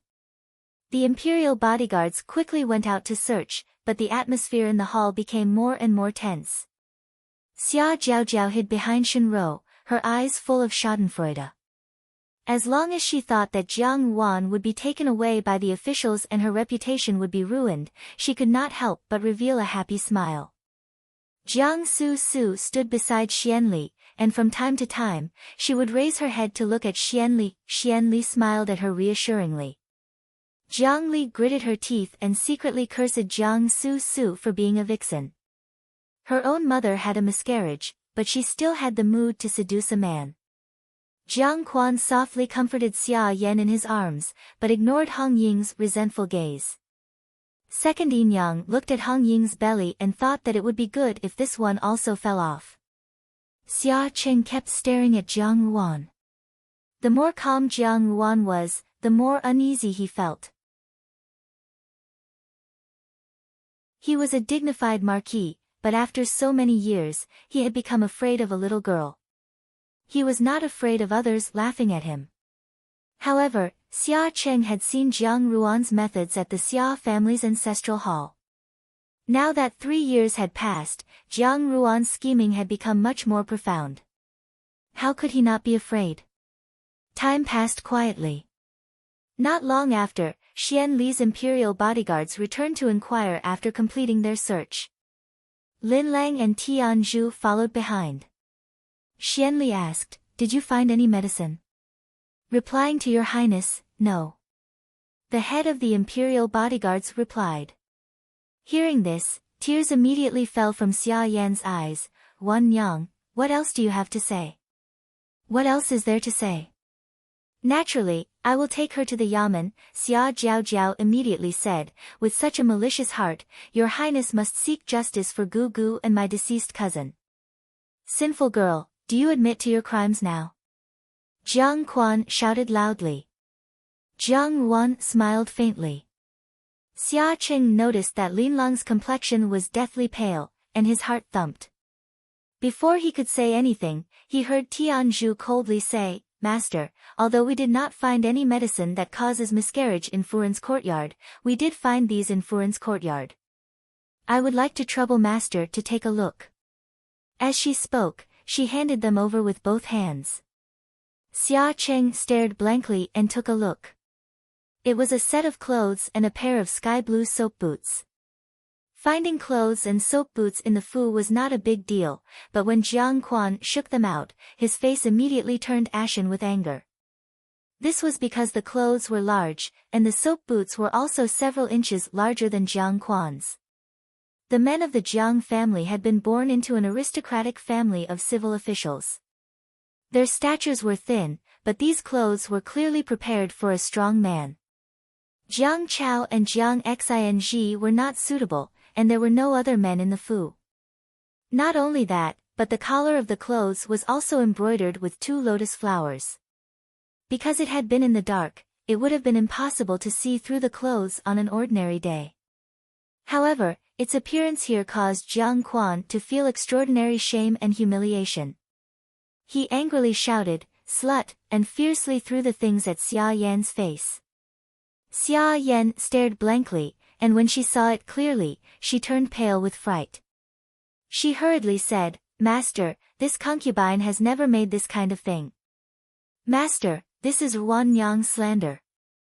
"Mother really knows how to joke," Jiang Yuan indifferently said. "Ever since Mother became pregnant, Wan Yang has never taken a step into Yan Hua Yuan to prevent others from disturbing her. Even just now, in this short period of time, I stood together with Father. Mother says that this is slander." "I would also like to ask Mother, what method did I use to stuff this thing into Mother's boudoir under Mother's eyes?" She suddenly thought of something and laughed. "Besides, Father is the clearest about the clothes that Mother sews. Whether or not it was Mother who sewed it, could it be that Father can't tell?" Jiang Quan was so angry that his whole body was trembling. Naturally, he was very clear about his wife's embroidery skills. Therefore, when he saw the clothes and the shoes just now, he was certain that it was Xia Yan's handiwork without a doubt. Even if Jiang Quan usually favored Xia Yan and treated Jiang Yuan coldly, any man would not remain indifferent when he found out that his wife had made him wear a green hat. Jiang Quan now only felt anger towards Xia Yan. Where was the usual trace of warmth? Seeing this scene, Xia Chen glared at Jiang Wan and said, "What kind of trick did you use?" Jiang Su also cried and knelt down. "Father, don't you know what kind of person mother is? How can you doubt mother?" Jiang Quan looked down at his most beloved daughter. After living in the family temple for 3 years, Jiang Quan already felt somewhat guilty towards Jiang Su. Ever since Jiang Su had returned to the Fu, she had become more sensible and well-behaved. Now, seeing her crying so pitifully, his heart also softened. But when Jiang Wan made a move, she never gave others any leeway. She signaled Tianzhu with her eyes, and Tianzhu coldly said, "Second miss, we servants also found something special in your courtyard." Lin Lang's complexion became increasingly pale, and she almost fainted. Jiang Su frowned, and Tianzhu took a cloth bag from the imperial bodyguard and threw it in front of everyone. The cloth bag was stained with blood, and a strong fishy smell wafted over. As Tianzhu threw it, the cloth bag fell apart, and the thing inside fell out.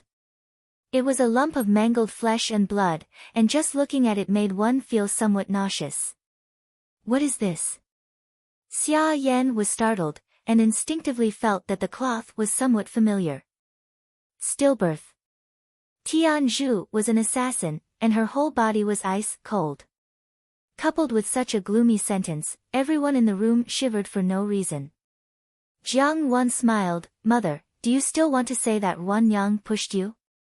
Clearly, you had already taken the medicine for a miscarriage, and placed your younger brother in second sister's room. Then, you came back to slander me. What nonsense are you talking about?" Xia Yan was somewhat flustered.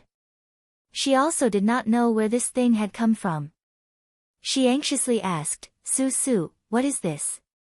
What is going on?" A trace of anger flashed in Jiang Su's eyes. She had not expected that Jiang Wan would actually turn this thing over. In front of Xianli, Jiang Su could only tenderly and timidly say, "This is a human placenta." "Mother, Su has heard that eating human placenta can nourish one's beauty. You also know that when I fell off the cliff. But this is definitely not a younger brother. Su bought it from a medicine shop. Human placenta." Shenrou covered her mouth, and the way she looked at Jiang Su changed in an instant. Human placenta was a bloody thing. Who would have thought that this niece, who looked so delicate and weak, could actually eat such a disgusting thing? Jiang Quan was also somewhat disappointed. In his heart, Jiang Su was as pure as a fairy, and was above the common people's food. She was his pride, but now, she had caused him to lose face. Xian Li's expression was also somewhat strange. Jiang Su was angry in her heart, but on the surface, she looked even more wronged. "Master, did you hear that? This is a human placenta, not a miscarriage." Xia Yan hurriedly explained, but from the corner of her eyes, she caught a glimpse of Lin Lang's deathly pale appearance. Why was Lin Lang so afraid and on the verge of collapse? Xia Yan suspiciously stopped, and a thought suddenly flashed through her mind. No. Impossible. She looked at the cloth bag on the floor again. Why did the brown cloth look so familiar? It was exactly the same as the one Lin Lang had used to wrap the dead baby when she had a miscarriage. "Ah!" Xia Yan screamed, and everyone in the room jumped in fright. She broke down and pulled at her hair. "Impossible, impossible, impossible. Mother, what's wrong?" Seeing this scene, Jiang Su panicked and hurriedly pulled at Xia Yan.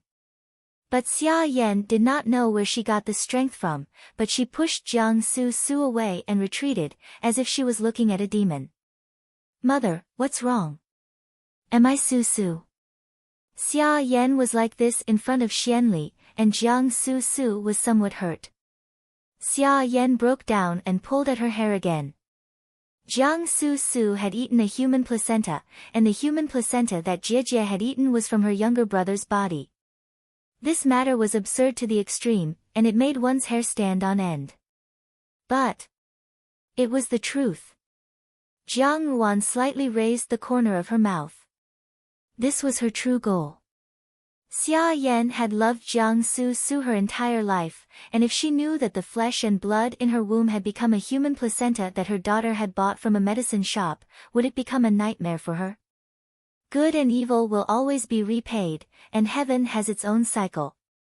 When Xia Yan suddenly went crazy, and everyone was at a loss as to what to do, a middle-aged man suddenly came from outside. This man was carrying a medicine box, and he stormed in angrily. The servant girl outside the door could not stop him. When the man saw Xia Yan, he cursed, "You black-hearted woman, you actually dared to make a fool of me. Using lead-filled silver to deceive me. This won't do, you must come with me to see the official." Lu Zhu blinked and hurriedly pulled the man back. She asked, "Sir, why are you pulling my madam?" "Hey!" The man was unable to restrain his anger. "This person had a miscarriage a few days ago, and I was the one who helped her deliver the baby. She did not allow me to speak of this matter, and even said that I would be rewarded with a large sum of money. But when I went home to buy things and went to the shop, I discovered that the silver was actually filled with lead." "Nonsense!" Jiang Su was furious. "Who bribed you to slander my mother? Be careful that I don't drag you to the officials to argue." The man was not easy to deal with, and he sneered.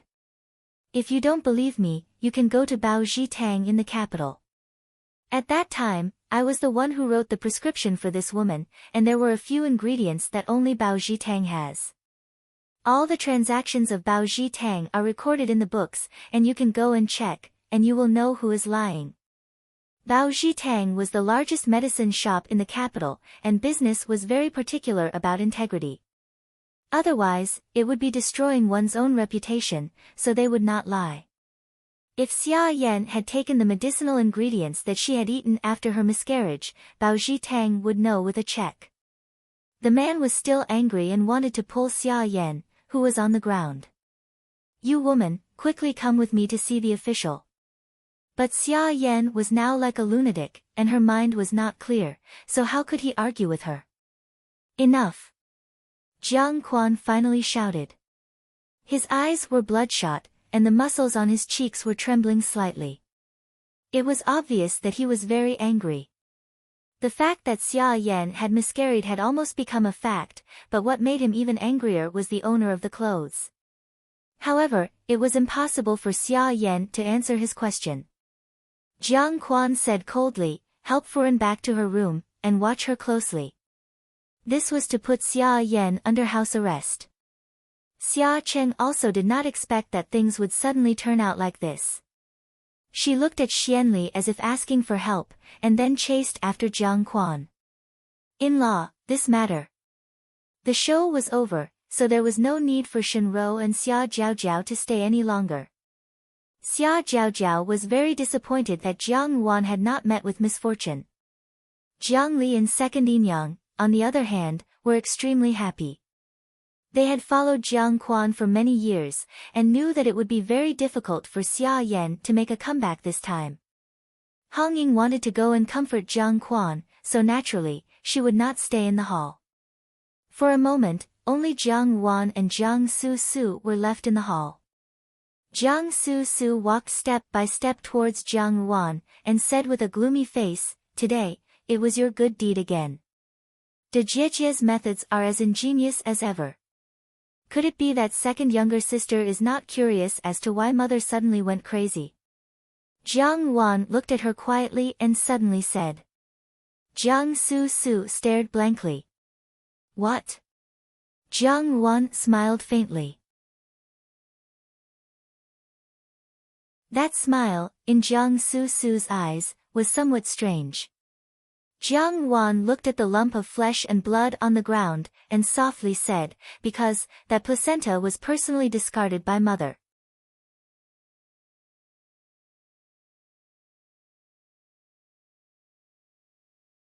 Chapter 113. Just like that, the storm ended, and the unlucky one was the instigator. In the Ruanju, Lien Xiao spat, serves her right. That black-hearted person actually wanted to scheme against Mississippi. Let's see what else she has to say now. Bai Ji was applying medicine to the wound on Jiang Ruan's face. The palm print had become increasingly red and swollen, and looked very unsightly on her fair face. Bai Ji felt distressed and said, Laoi is too ruthless. In any case, Miss is the daughter of the Fu. How can you be beaten in front of outsiders? Moreover, you used all your strength. Bai Ji and Lien Xiao now understood that Jiang Quan did not regard Jiang Ruan as his own daughter at all. Naturally, his tone was filled with reproach and anger. Tian Zhu watched from the side. She was a martial artist, and naturally knew the strength of the slap that landed on Jiang Ruan's face. She could not help but ponder in her heart. This was the first time she had truly witnessed Jiang Quan's coldness towards Jiang Ruan. For a biological father to be so heavy-handed, it was really rare in this world. Jiang Ruan saw that Tian Zhu was lost in thought, and said to Bai Ji, go and apply some medicine to Tian Zhu. Tian Zhu had received Jiang Quan's slap on her behalf, and it was presumably not light. Tian Zhu said, no need. This subordinate is a servant girl. Even if outsiders see that this subordinate's face has recovered too quickly, they will still be suspicious. Jiang Ruan thought about it, and then gave up. She only said, this slap will not be in vain. Tian Zhu did not speak. The night passed, and the next day, Lu Zhu brought back news from outside. Jiang Quan had sent people to Bao Jitang to confront them. Sure enough, as the middle-aged doctor had said, Xia Yan had sent her personal maid to Bao Jitang to grab some medicinal herbs, which were all medicine for postpartum recovery. Naturally, Jiang Quan was unable to restrain his anger. He sent people to arrest Lin Lang and Fei Cui, and interrogate them in detail about Xia Yan's adulterer. The two servant girls naturally could not say who it was. Jiang Quan was also really angry, and without saying anything further, he killed the two servant girls and threw them into the mass grave. Lin Lang and Fei Cui were head servant girls with status in the Jiangfu, but now they had their heads separated from their bodies. For a moment, everyone in the Fu felt insecure. In a fit of rage, Jiang Quan arrested all the servant girls and old women in Yanhua Yuan, and tortured them to find out who the adulterer was. Some of them could not bear the heavy torture, and relented, saying that it was a wandering young master who was passing by, and that he had already left the capital. This confirmed the fact that Xia Yan was having an affair outside. Flustered and exasperated, Jiang Quan wanted to divorce his wife, but Jiang Su knelt outside Jiang Quan's study for an entire night. When Jiang Chao found out about this matter, he hurriedly asked Xian Li to intercede on Xia Yan's behalf. Although the Xia family also felt that they had lost face, Xia Yan was, after all, the link between the Jiang and Xia families by marriage. After some discussion, Jiang Quan put aside the matter of divorcing his wife, but he did not easily spare Xia Yan. He only set up a small Buddhist hall in the mansion and threw Xia Yan inside, ordering her to chant sutras and eat vegetarian daily. To the outside world, he told her that Xia Yan was a Buddhist and put her under house arrest. Since then, there had been a great change in the Jiangfu. Everyone knew that Xia Yan had completely lost Jiang Quan's favor, and thus lost all power and influence. Anyone in the residence with a little bit of insight started to secretly express goodwill towards fifth Yang Hongying. There were also those who favored the second Yang, and they would always be in front of Jiang Li and her daughter. Hongying was young and beautiful, and was doted on by Jiang Quan. Unfortunately, she had no children, and her status was too low. Fortunately, the second Yang had the help of her maiden family, and she bore a daughter for Jiang Quan. For a moment, the power dynamics in the Fu became complicated and confusing. Lu Zhu pursed her lips, and as she combed Jiang Ruan's hair, she said, "Why is there not a single smart person in this Fu? What's the point of fawning over them? If I were a servant, I would naturally fawn over Mississippi. Miss is the proper mistress of the Fu, and is also a Junju personally conferred by the Empress Dowager. Don't tell me that you can't compare to some Inyang. Jiang Wan looked at her and said, speaking of which, it seems that you are the smartest. Lu Zhu smiled embarrassedly and said, this servant did not mean that, but those people are really stupid. This servant really can't stand it. Jiang Wan smiled faintly. The reason why everyone in the Fu fawned over fifth Inyang and second Inyang, and turned a blind eye to her, the eldest daughter, was very simple. It was because Jiang Quan's loathing for her was clearly displayed in front of everyone, and even the servants could sense it. A daughter who was despised by her own father, what good future would she have in the future? After Lu Zhu finished combing her hair and inserted the last hairpin, Jiang Wan stood up and said, let's go see mother. The news of Xia Yan's loss of power in the Fu had spread to Jiang Wan, and naturally, it had also reached the ears of Jiang Dan, who had a pure heart and few desires. The servant girl said, I did not expect that Furen would actually end up like this. Jiang Dan propped her chin up with one hand, and looked out the window with the other. Compared to her immature appearance 3 years ago, after reaching the marriageable age, she displayed a beauty unique to a young girl.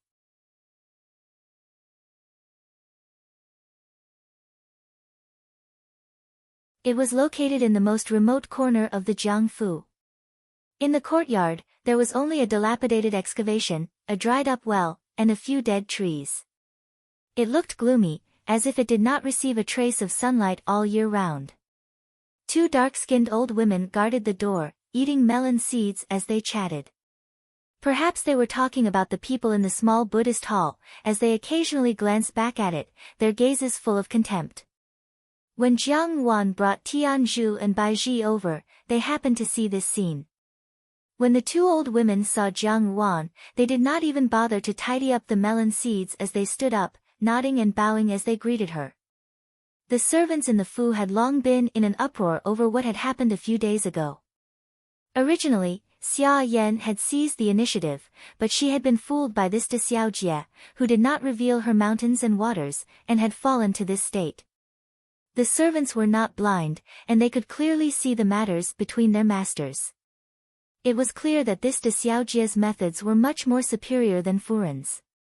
Moreover, now that Jiang Wan was the Empress Dowager's favorite, if she really wanted to dispose of an old woman in the Fu, it would be as easy as turning her hand. Therefore, although they knew that Jiang Quan did not like this daughter, no one dared to look down on Jiang Wan, and they were usually still respectful. Jiang Wan smiled slightly and waved her hand, saying, I came in to see mother. Baizhi stepped forward and stuffed 2 embroidered pouches full of silver fragments into the hands of the 2 old women. The 2 old women calmly weighed the embroidered pouches, and their faces bloomed with smiles. De Xiaojie need not be so courteous. If you want to come, you can just say it. This old servant will open the door for de Xiaojie. After saying this, they took out the iron key hanging around their necks and opened the door. Only then did they clearly see that the door had been reinforced with iron, and the door bolt was still on the outside. This was a grand way of locking up Xia Yan. After the 2 old women opened the door, they moved to one side. Jiang Wan brought Tianzhu in, and Baizhi stood outside the door. The old woman understood, and walked to the other side, so she could not hear what was being said inside.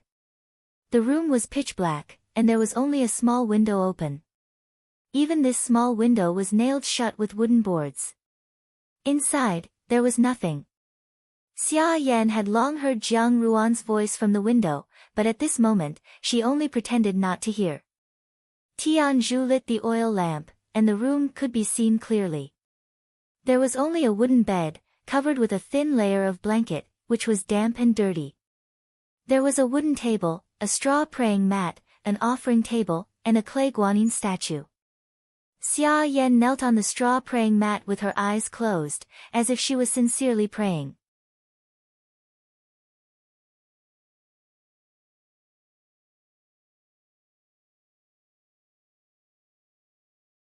Jiang Wan looked at her and indifferently said, Jiang Furen, how does it feel to fall into hell? Xia Yan was startled, and suddenly burst into maniacal laughter. She pointed at Jiang Ruan's nose and said, "Slut! You are exactly the same as that shameless mother of yours." With a "pa" sound, Tianzhu handed over a handkerchief. Jiang Ruan gently wiped her hands and looked at the dumbstruck Xia Yan. She smiled slightly and said, "Mother, a loose tongue can cause trouble." Xia Yan fiercely gritted her teeth and suddenly laughed in a low voice. She simply smashed a broken jar and said, "You're angry just like that?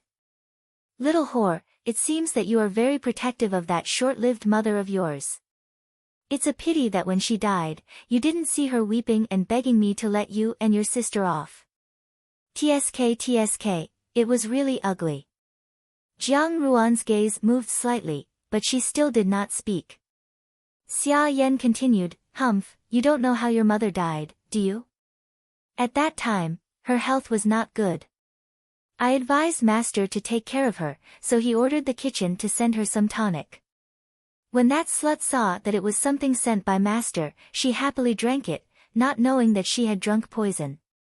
Xia Yan laughed strangely. "However, I did not leave any evidence behind, because I was not the one who poisoned her. Can you guess who did it?" Jiang Ruan's heart skipped a beat, but her face remained expressionless. Xia Yan was the first to laugh, as if she had encountered something particularly funny. She said, "It was Jiang Dan. Ha ha ha, I only sent someone to threaten Jiang Dan a few words, and she was so scared that she poisoned Xiao Mei's bowl every day. Wasn't Xiao Mei very kind all her life? She did not know that her kindness had raised an ingrate by her side. But later, I discovered something even more interesting. Jiang Dan actually poisoned you." She laughed heartily, because I told her that Xiao Mei's kindness to her was only on the surface. You are Xiao Mei's biological daughter, and Xiao Mei will never be able to treat her the way she treats you. If you died, Jiang Xing would only have her as his younger sister, and Xiao Mei would treat her as her daughter. Jiang Dan listened to my words, and on a daily basis, she would find an opportunity to poison your tea and snacks. Ha ha ha. In this Fu, Jiang Dan is the most ruthless person. You all treated her like that, but she could not wait for you all to die. Are you very disappointed and sad now?" Tianzhu looked at Jiang Ruan with some surprise, but Jiang Ruan's expression did not change in the slightest, as if she had not heard Xia Yan's words. She only said indifferently, "Many thanks, Jiang Furen." So there is such a story. Xia Yan had already lost her composure and laughed heartily. "Now that I have entered this place, I have no hope of escaping because my skills are inferior to others and I have lost to you. But you, that slut Zhao Mei has already gone to hell, and Master hates you. Sooner or later, you and that short-lived brother of yours will not have a good ending. There are many people in this Fu who want you to die. Be careful that one day, when you reach hell, you do not know who the murderer is." Jiang Wan smiled and said, "Whether I go to hell or not, what does that have to do with Jiang Furen? However, whether Jiang Furen can go to hell or not, I am very clear." Xia Yan was startled and looked at Jiang Wan vigilantly. Jiang Wan sighed. Jiang Furen thought that after entering this small Buddha hall, there was already no hope for her in this lifetime. I am afraid that she placed all her hopes on second younger sister and second older brother. But why did Jiang Furen not consider that if the news of D Mother's affair were to spread, how would second older brother and second younger sister raise their heads in the capital? How would they have a good future? Xia Yan's body trembled. Yes, if the news of her cheating and framing D daughter were to spread, how would Jiang Chao's colleagues view him? And which good family would be willing to marry Jiang Su? Xia Yan was very clear about the importance of the D mother's reputation to a child. She abruptly raised her head. How would outsiders know? Master wouldn't tell anyone. She yelled. Jiang Quan loved his two children dearly, so naturally, he would not spread the family's dirty laundry. Once it was spread, Jiang Quan would have no place to hide his old face. Jiang Ruan's smile became more and more gentle. The more people there are, the more mouths there are. There are no walls in this world that do not have ears. How can Jiang Furen be so sure that it will not spread? It's you, it's you. Xia Yan looked at Jiang Ruan as if she was looking at an evil spirit. You want to harm them, the one who is harming them is you, not me. Jiang Ruan stared into her eyes and said each word clearly. Xia Yan suddenly knelt down in front of Jiang Ruan and began to kowtow incessantly. I beg you, don't harm them. I beg you, save them. In any case, they are your brothers and sisters. It's all my fault.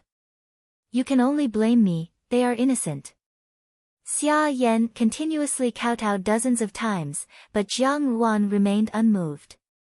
Finally, she raised her head, and a trace of determination flashed in her eyes. She sneered, if you really want to go out and say it, then go out and say it. Jiang Furen, at this moment, is thinking that as long as you end your own life, everything will be fine. Jiang Ruan asked softly. Xia Yan looked at her in fear. Yes, this was what she was thinking. If Jiang Ruan was determined to spread this matter, she would hang herself with a rope. Once she died, outsiders would no longer be able to say anything about this matter to Jiang Su Su and Jiang Chao.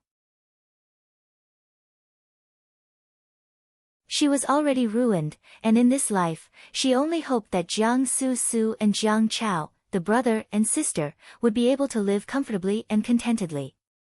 Who knew that Jiang Ruan would be like a roundworm in her stomach and see through her thoughts with a single sentence? Jiang Ruan laughed. Jiang Furen's love for her children is really touching. However, I don't know if second younger sister and second older brother will also think the same of madam. She lowered her body and looked directly into Xia Yan's eyes. I think that second younger sister and second older brother will also feel ashamed and resentful for having such a mother. If Jiang Furen is unable to end her own life, they will certainly think of a way to erase Jiang Furen, because to them, Jiang Furen is like a stain on their existence. She stared at Xia Yan's frightened expression and laughed carefreely. At that time, Jiang Furen will see her own children trying to erase her existence. Presumably, she will be very sad. However, I don't know who will make the first move. Will it be second younger sister or second older brother? She straightened her body and lightly glanced at Xia Yan. Her tone was unusually cold. Jiang Furen, don't worry. I will not let you die so easily. Your life will not be strangled by me. To kill you, it will have to be done by your own flesh and blood. Her tone was bewitching and enchanting, containing a strange kind of allure, as if a demon from the underworld was beckoning to people. She indifferently said, this Juanju's heart is like a viper's, how could I miss such a good show of flesh and blood killing each other? Her red dress was charming and gentle, dragging on the ground. The door of the small Buddhist hall was closed with a pa sound, and the sound of someone breaking down and crying could be heard inside the room. Jiang Ruan raised her head and coldly instructed the two old women outside the door, keep a close eye on her, don't let her die.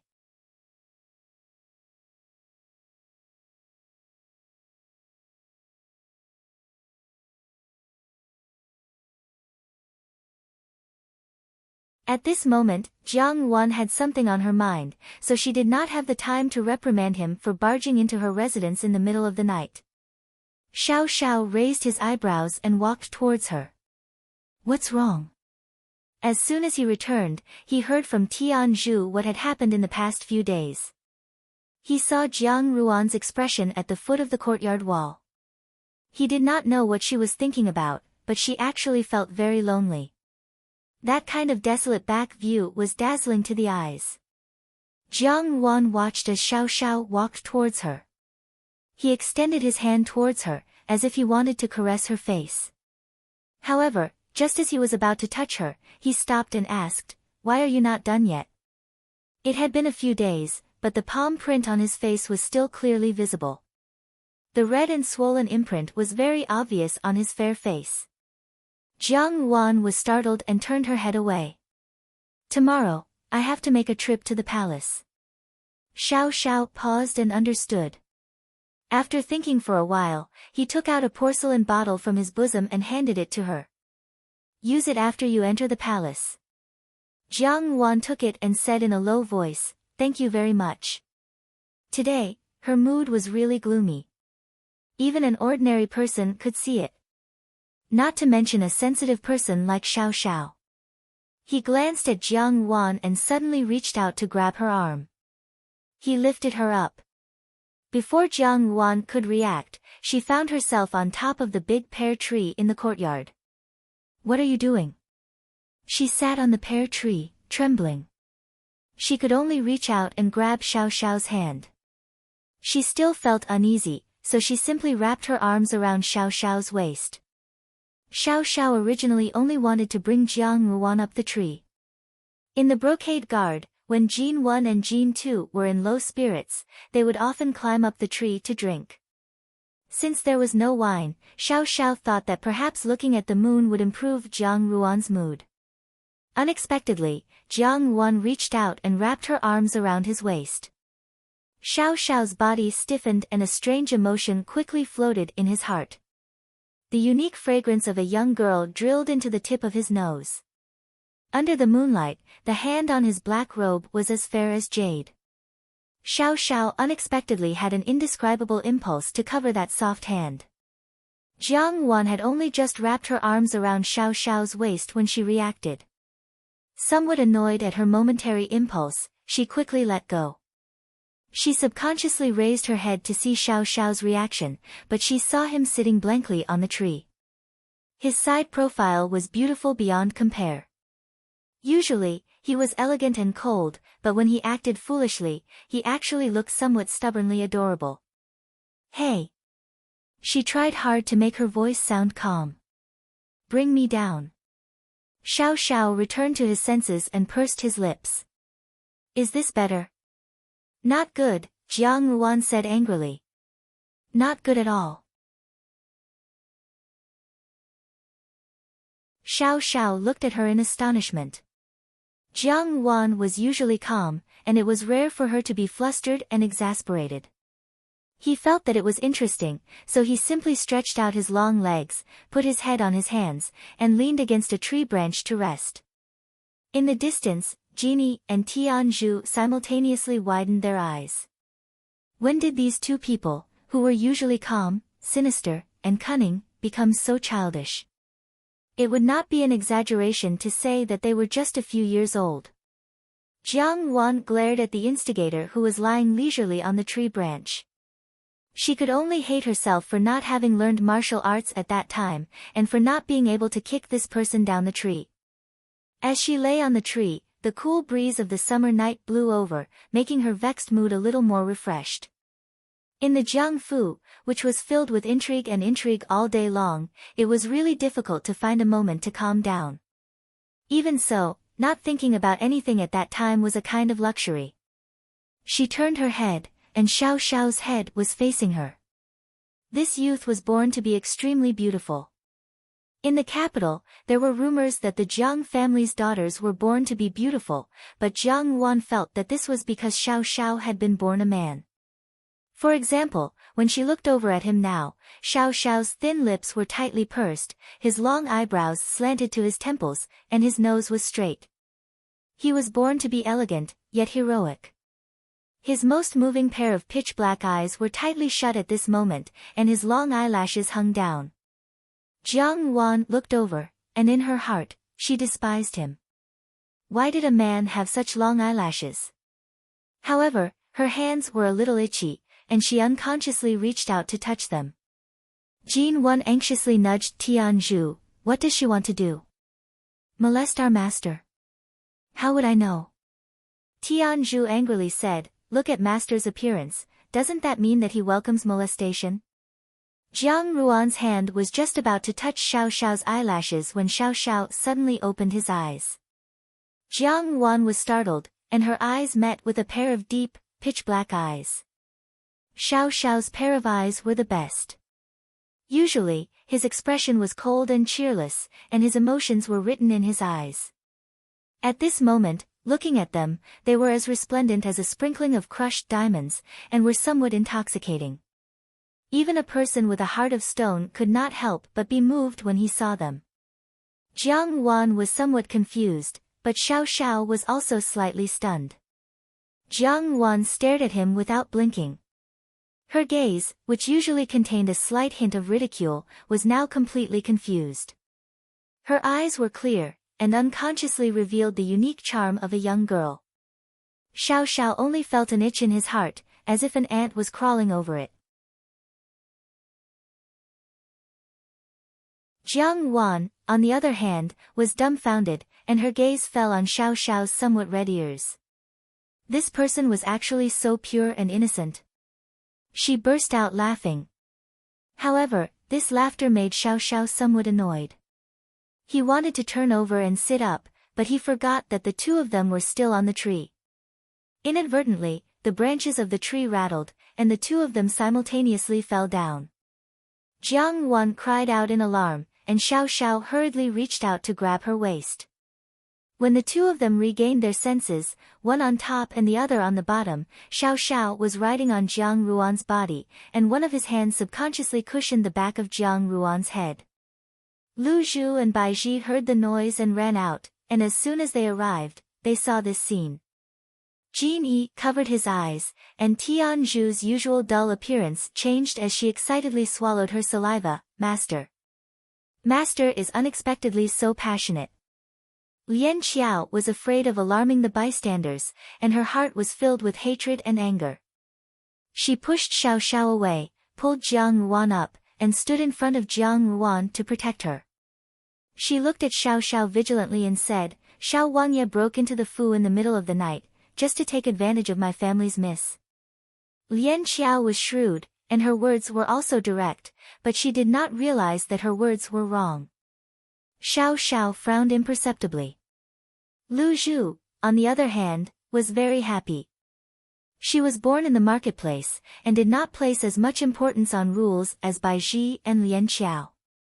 Moreover, with one glance, she could see that Xiao Xiao was not a person of the pond. Such an ice-cold person only treated Jiang Ruan differently from others. If she had this son-in-law, wouldn't that be great? In her heart, Lu Zhu felt that being the mistress of Jining Wang's Fu was not bad. At least in this Fu, these people would not dare to easily find trouble with Jiang Ruan. Jiang Ruan had a slight headache. Lu Zhu and Lian Qiao had misunderstood. Thinking that this matter was caused by Xiao Xiao breaking into the Jiang Fu in the middle of the night, she could not help but glare at Xiao Xiao. However, she did not expect that although she usually looked gentle, she was in fact distant. She would only reveal her rare true temperament to people who were close to her. This action fell into the eyes of Lian Qiao and Lu Zhu, and they could not help but be greatly shocked. This further confirmed their guess that there was something going on between their miss and the young Jining Wang. Seeing this, a trace of a smile flashed in Xiao Xiao's eyes. However, he did not continue to cause trouble for Jiang Ruan and only said, if there is anything, come to Dongfeng Lu to find me. It is too late tonight, you should rest early.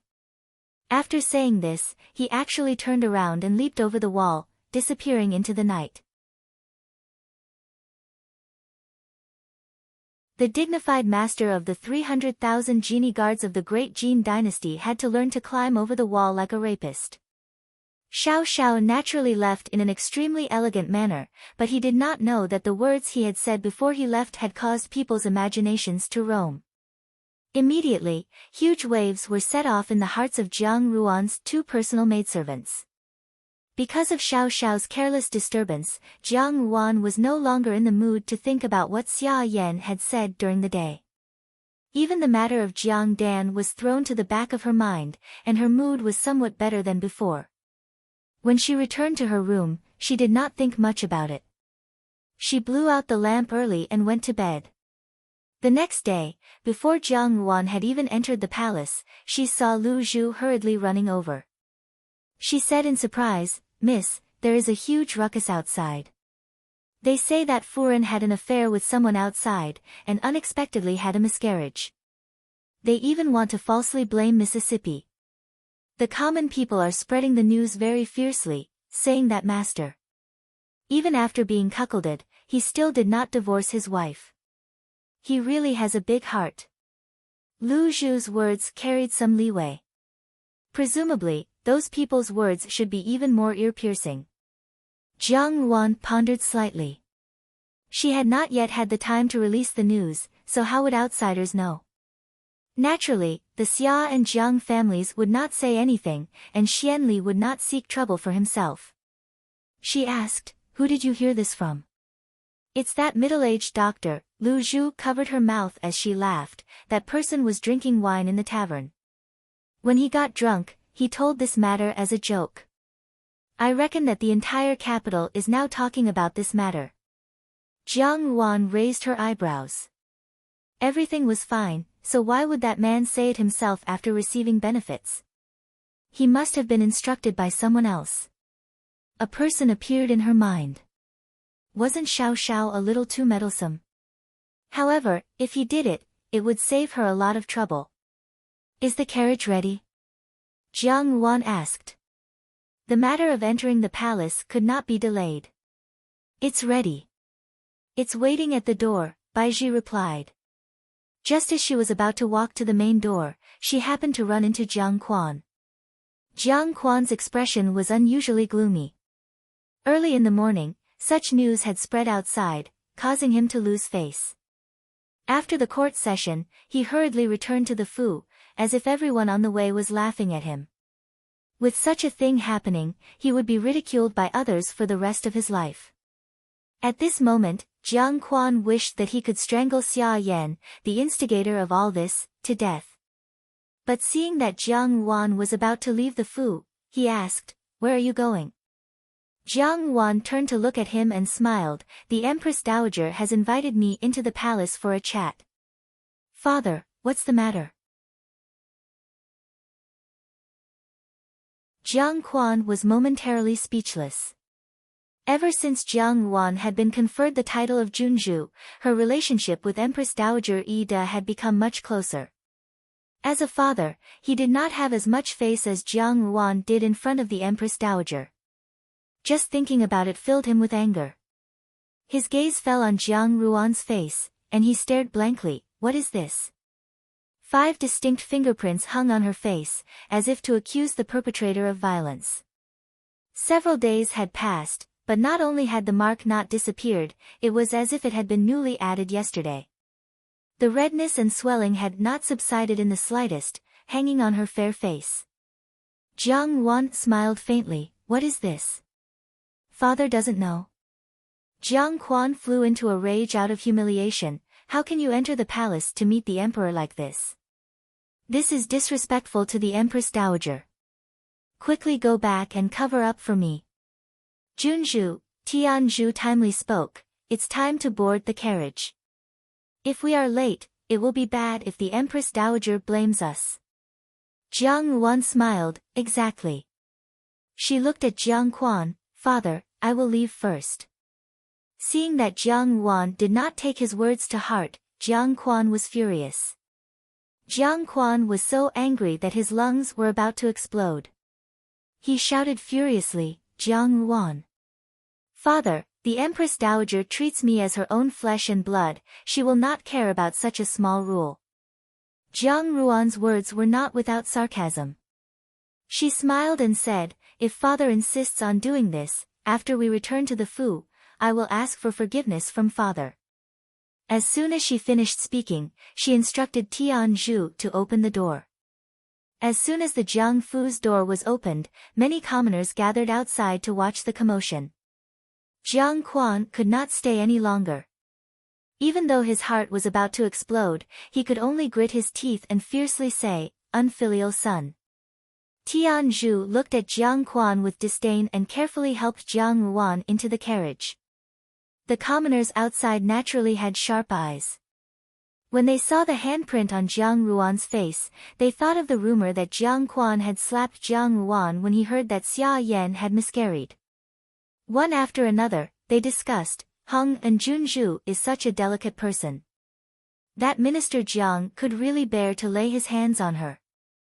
Looking at the red handprint on her face, it really makes one's heart ache." Another person said, "What do you know? Minister Jiang has always doted on that talented girl's son and daughter. When Jiang Furen passed away, he sent Hong and Junzhu to the rural residence. Which biological father would be able to do such a thing? One of the women spat and said, "Bah! What talented woman!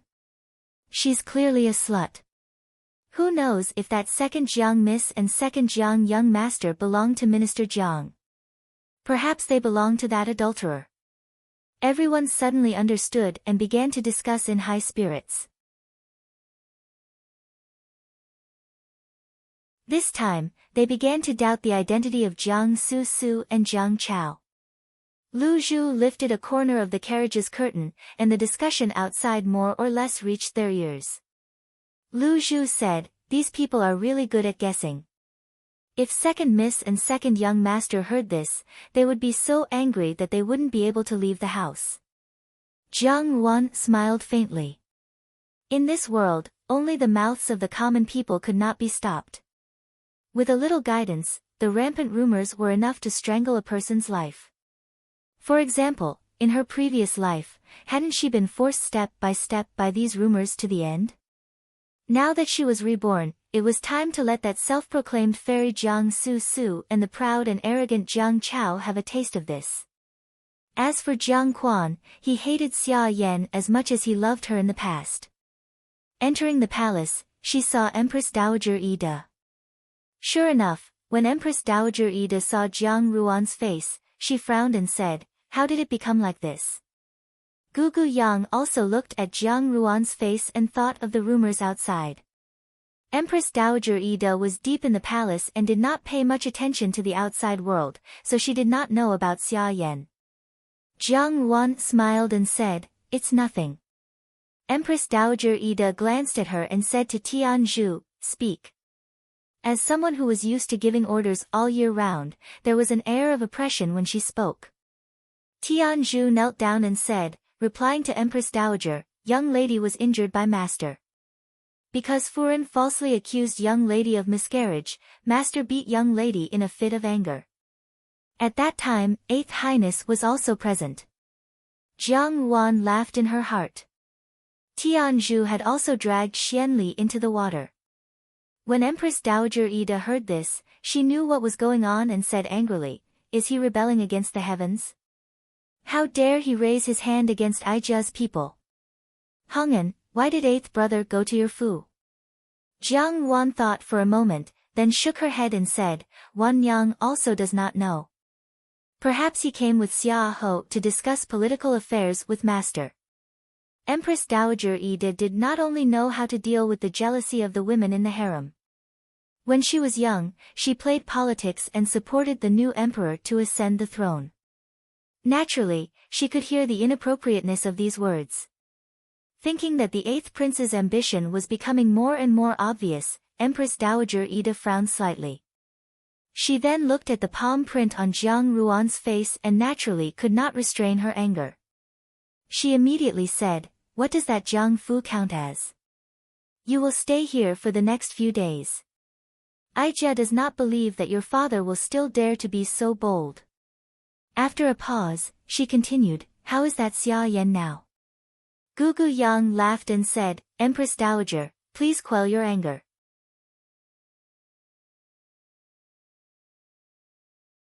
This servant also knows a thing or two about this matter.